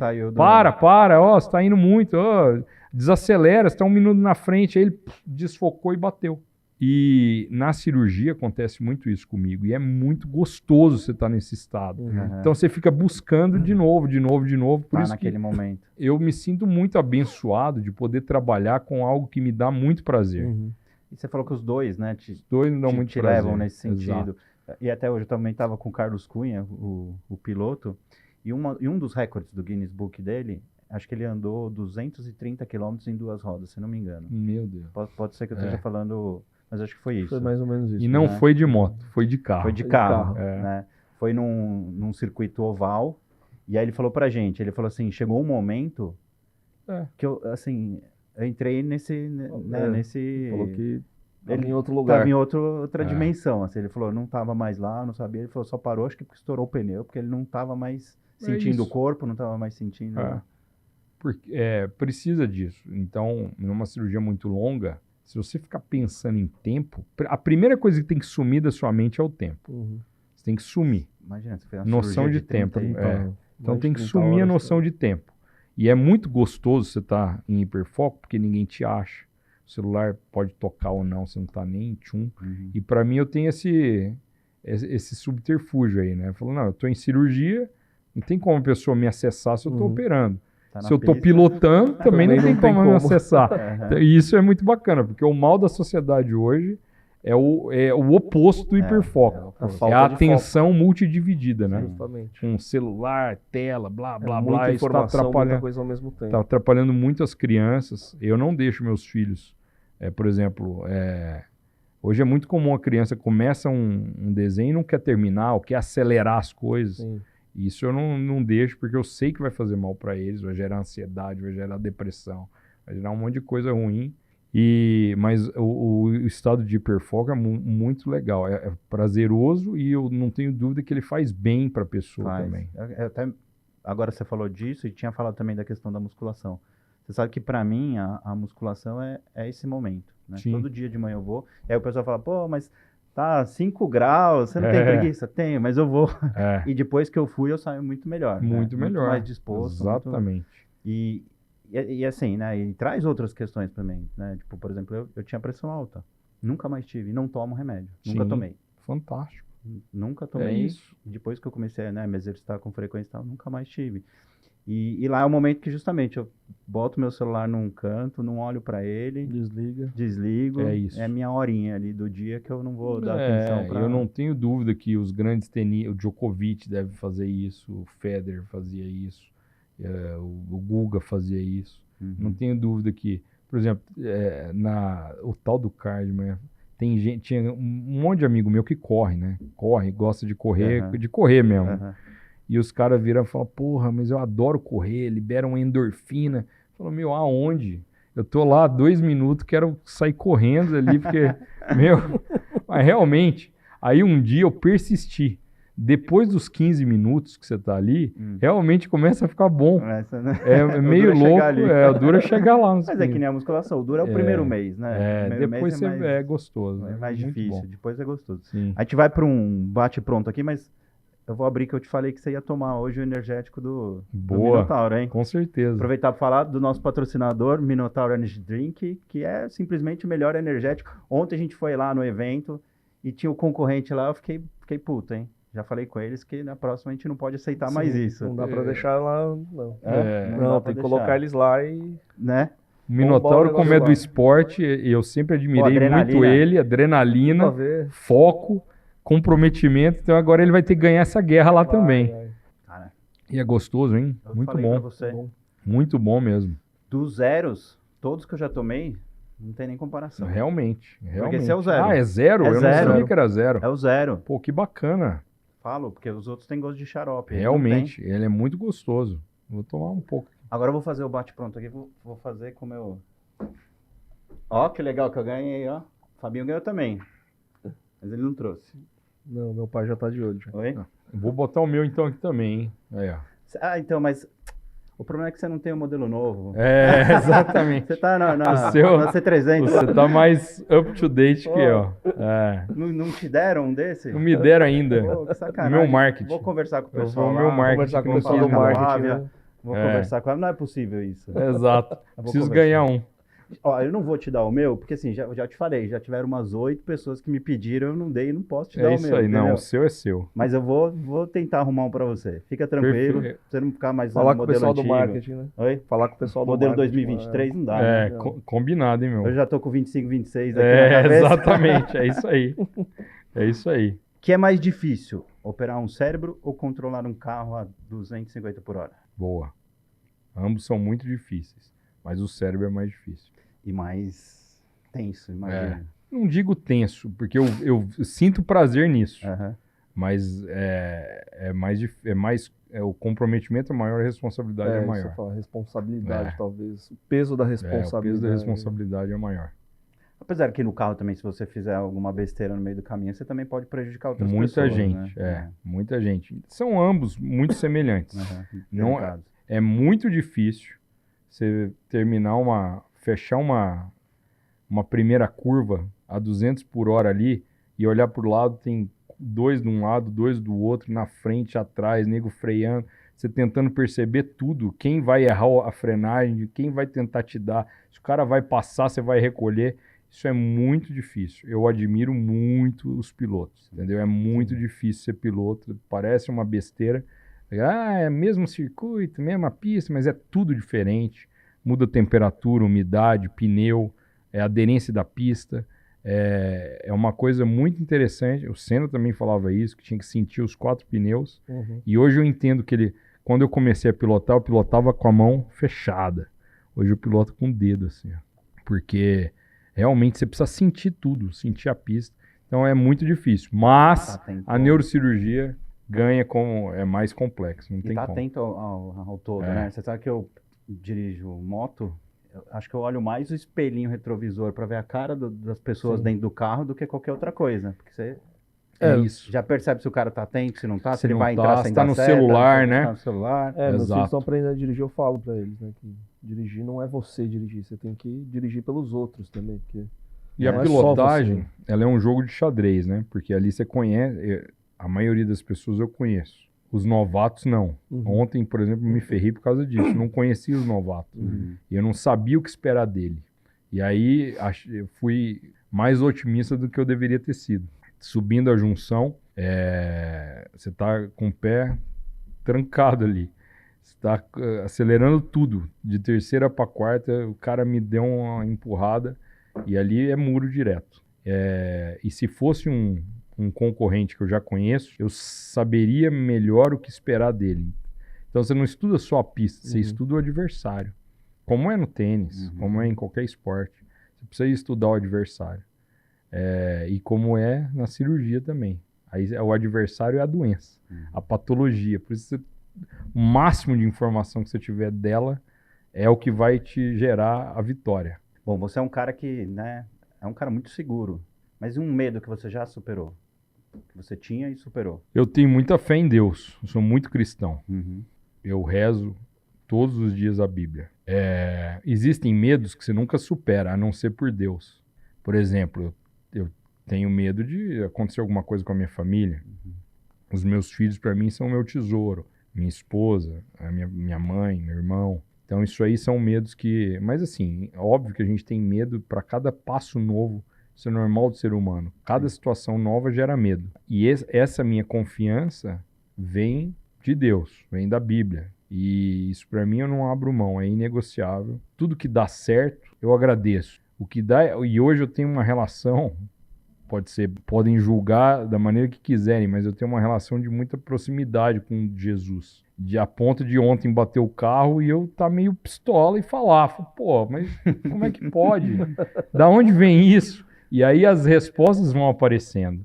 Aí você faz a leitura do dia seguinte da Bíblia e a resposta tá lá, entendeu? Os porquês da vida. E isso é muito interessante. Não existe nada na vida, no passado ou no futuro, que não esteja na Bíblia. Está aí para todos. Tem aquele que ouve a palavra através de parábolas e não entende nada, e aquele que entende. E também é um processo. Como tudo na vida, é um processo de aprendizado. De aprendizado e de sensibilidade. E isso, para mim, é muito importante. Eu sei que, obviamente, a gente não está para julgar ninguém, mas é muito importante, porque isso me fortalece muito. Não tenho dúvida que me ajuda e que ajuda os meus pacientes. O paciente ele pode ser cético, mas não eu. Porque eu já tive muitos milagres durante a cirurgia também. E a gente fala, meu Deus, aqui eu tenho certeza que foi pro brejo. E aí você vai daqui, vai dali, vai daqui, vai dali, vai daqui, vai dali. Dá certo. Ai, Deus, colocando a mãozinha junto. Exato. Ali. Mas é legal porque, assim, né, você fica puto, porque você é um cara competitivo. Por outro lado, você é um cara grato. Então você acaba se sensibilizando e falando, vai vir algum aprendizado. Ontem eu saí do carro... Vai que mais 3 voltas e até uma batida pior, vai saber, né? Eu saí do carro, todo mundo falou pra mim, pelo menos você tá vivo. E eu, puto. Eu não tava feliz de estar vivo, tava puto porque bateu. Mas você sabe que eu tinha um certo até preconceito com a questão da gratidão. E eu sou um cara muito grato, de verdade, hoje, né? Mas eu tinha. E até uma coisa que o Marcelo Bispo, que é um cara que a gente entrevistou, um parceiro nosso aqui, e ele falou, né, que você ser grato é diferente de gratiluz, que é aquele cara, eu bati sou grato por isso. Qualquer coisa. Não, sou grato porque eu fiquei vivo. Exato. Sou grato a tal porque história eu tive rir de tudo é desespero, é mais ou menos tipo isso. Rir de tudo é hiena. Eu ser também grato não sou por assim. qualquer coisa também. o gratiluz, né? Que ele fala. Gratiluz também não é a minha, não. Né? Mas ser grato é diferente de ser... E fica a lição também, né? Como você falou. É um novato que você não sabia o que ia fazer. Um próximo novato, talvez... Exato. Sua atitude, sua decisão seja diferente. É outra, né? com certeza. Com certeza. Eu já sei a resposta desse, mas um ritual que você faz, tanto para entrar na cirurgia, quanto para entrar no carro, para a corrida. O primeiro é a Bíblia. Eu posso estar onde estiver, eu não entro em nenhum dos dois sem ler a Bíblia. E aí, o meu carro, o número é 91. E é proposital pelo Salmo 91. Caiam 1.000 à minha direita, 10.000 1.000 à minha esquerda, 10.000 à minha direita. E eu tô ali firme e forte. E antes disso, né? Isso eu tenho comigo mesmo. Tu és meu Pai, meu Deus, meu rochedo, meu Salvador, meu refúgio, minha fortaleza, meu Deus em quem confio. Então, isso é sempre antes de... Todo dia. Mas aí, obviamente, eu tenho as orações do dia que eu faço, que são baseadas na liturgia diária.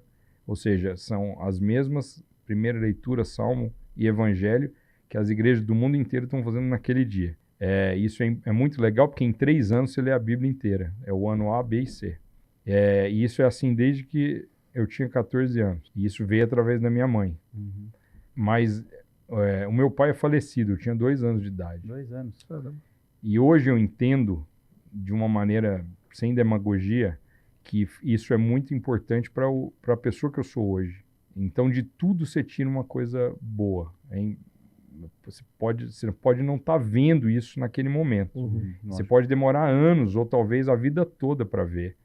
Mas aquilo vai ser importante para te gerar outra situação que vão precisar de você.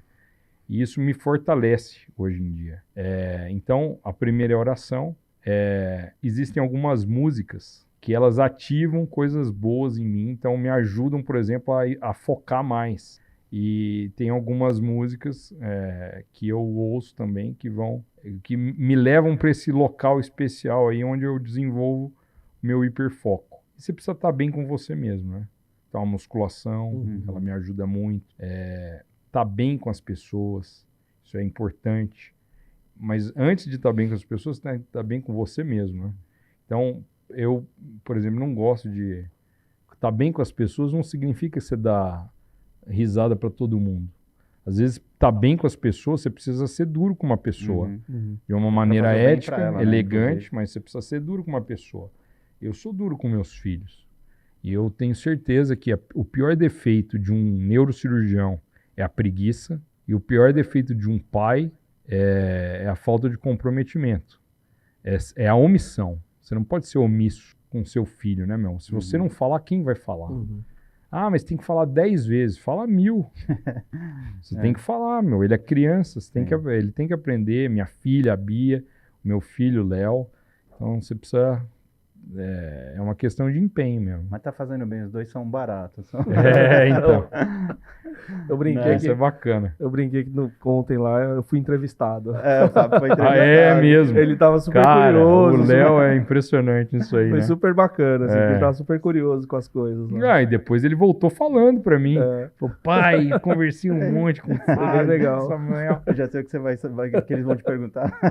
Então, exatamente. Ele queria saber, né? Queria saber, ele ficou curioso do podcast. São baratos. Se tivesse que escolher um, jaleco ou capacete? Pode ser o jaleco, que não dá. O jaleco. O jaleco. Tem jeito. Uma frase que define sua vida. Isso é boa, hein, meu? Eu acho que eu nunca pensei nisso aí. A oportunidade agora. São várias frases, mas eu realmente acredito piamente, parece uma besteira, mas eu acredito piamente que... E aí eu tô olhando pro Minotauro aqui e talvez seja por isso que veio na minha cabeça. Ninguém nasce sabendo nada, né? A verdade é essa. Ninguém nasce pronto para nada. Quantos e quantos já não tiveram essa história? O Cafu várias vezes já falou que tomou pau em não sei quantas peneiras para depois virar o cara que levantou a taça, né? Então, assim, até brinco, né? O Pelé foi tirado da escolinha do Corinthians. O Corinthians não aceitou o Pelé. Imagina. Então, assim, pro bem e pro mal, mas eu acho que a frase que define é o seguinte: realmente, eu olhei pro Minotauro, eu lembrei do Rock, cara.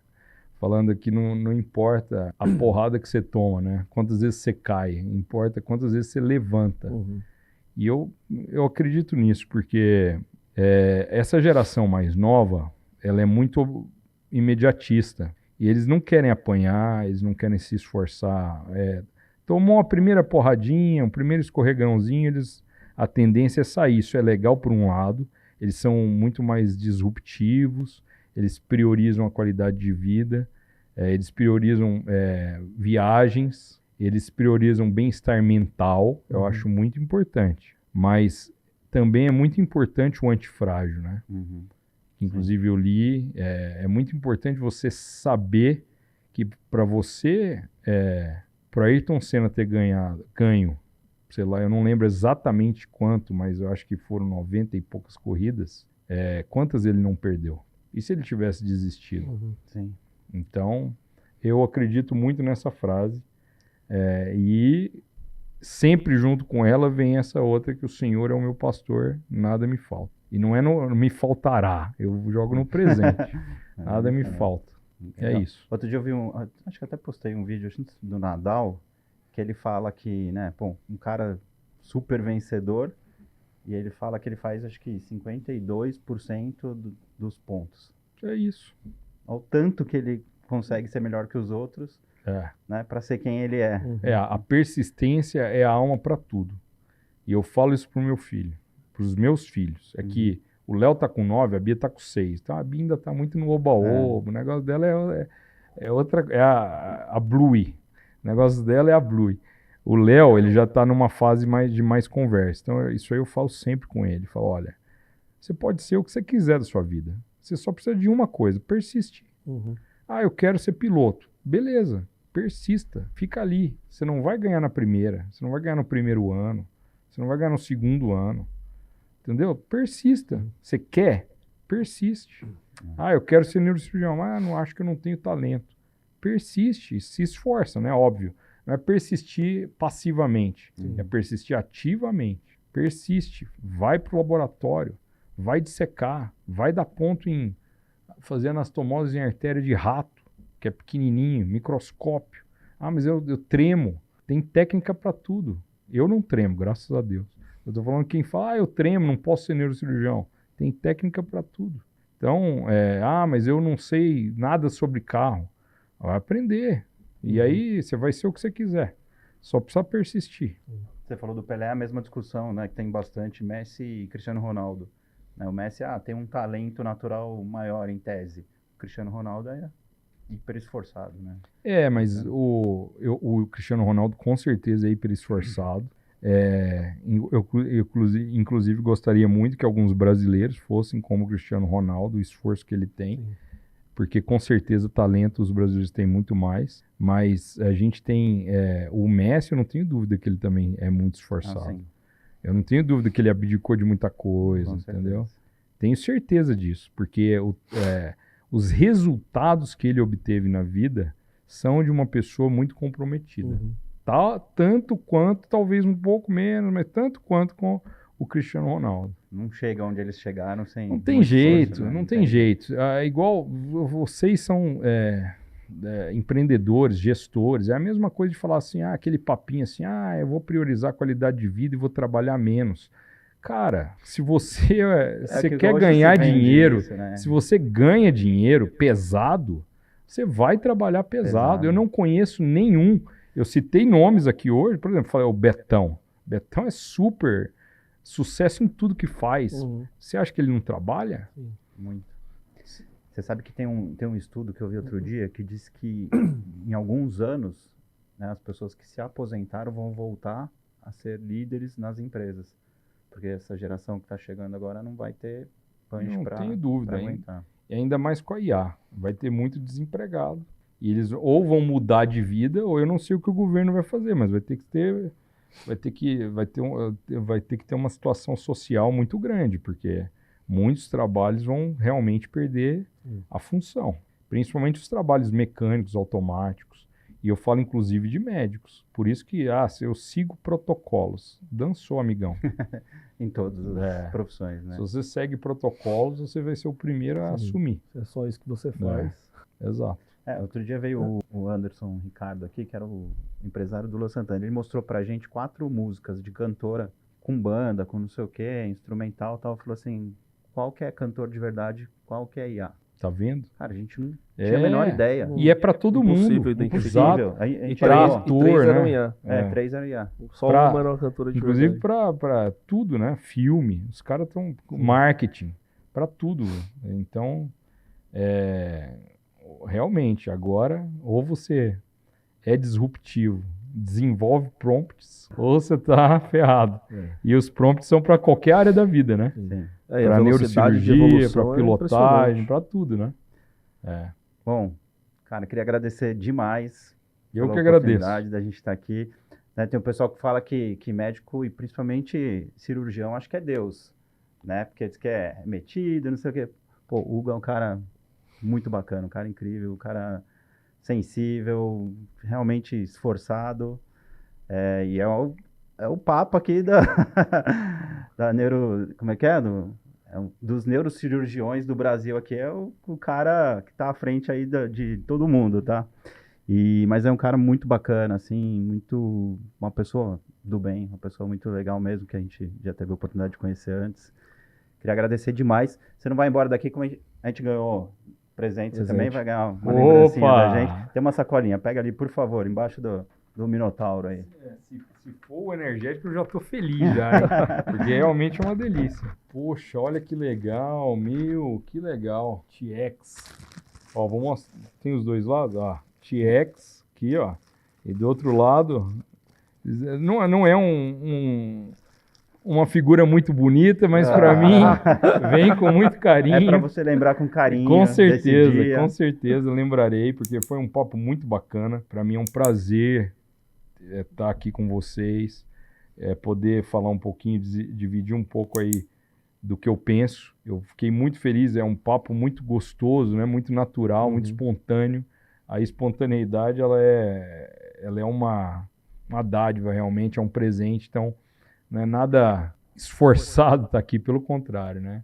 É um prazer, então fico muito feliz, agradeço muito vocês. Obrigado. Vocês estão convidados para ir na minha clínica também, para a gente bater um papo, tomar um café. Com certeza. Porque é uma amizade que a gente tem que cultivar. Com certeza. Obrigado, viu? Obrigadão. Um grande abraço. Obrigadão. Valeu, galera. Muito obrigado. Deixa aqui suas redes também, né? Informações da clínica, tudo mais. A clínica é o Centro Doria de Neurociência, 3262-3291. Mas é muito fácil hoje, enfim, a tecnologia que a gente está falando, vocês jogam no Google Dr. Dr. Hugo Doria, já aparece a capivara completa lá, entendeu? O Instagram é @Dr. Hugo Doria, Dr. Hugo Doria, e o Instagram do piloto, que para quem gosta de emoção, tem uns vídeos. Quem gosta de cirurgia tem vídeo de cirurgia.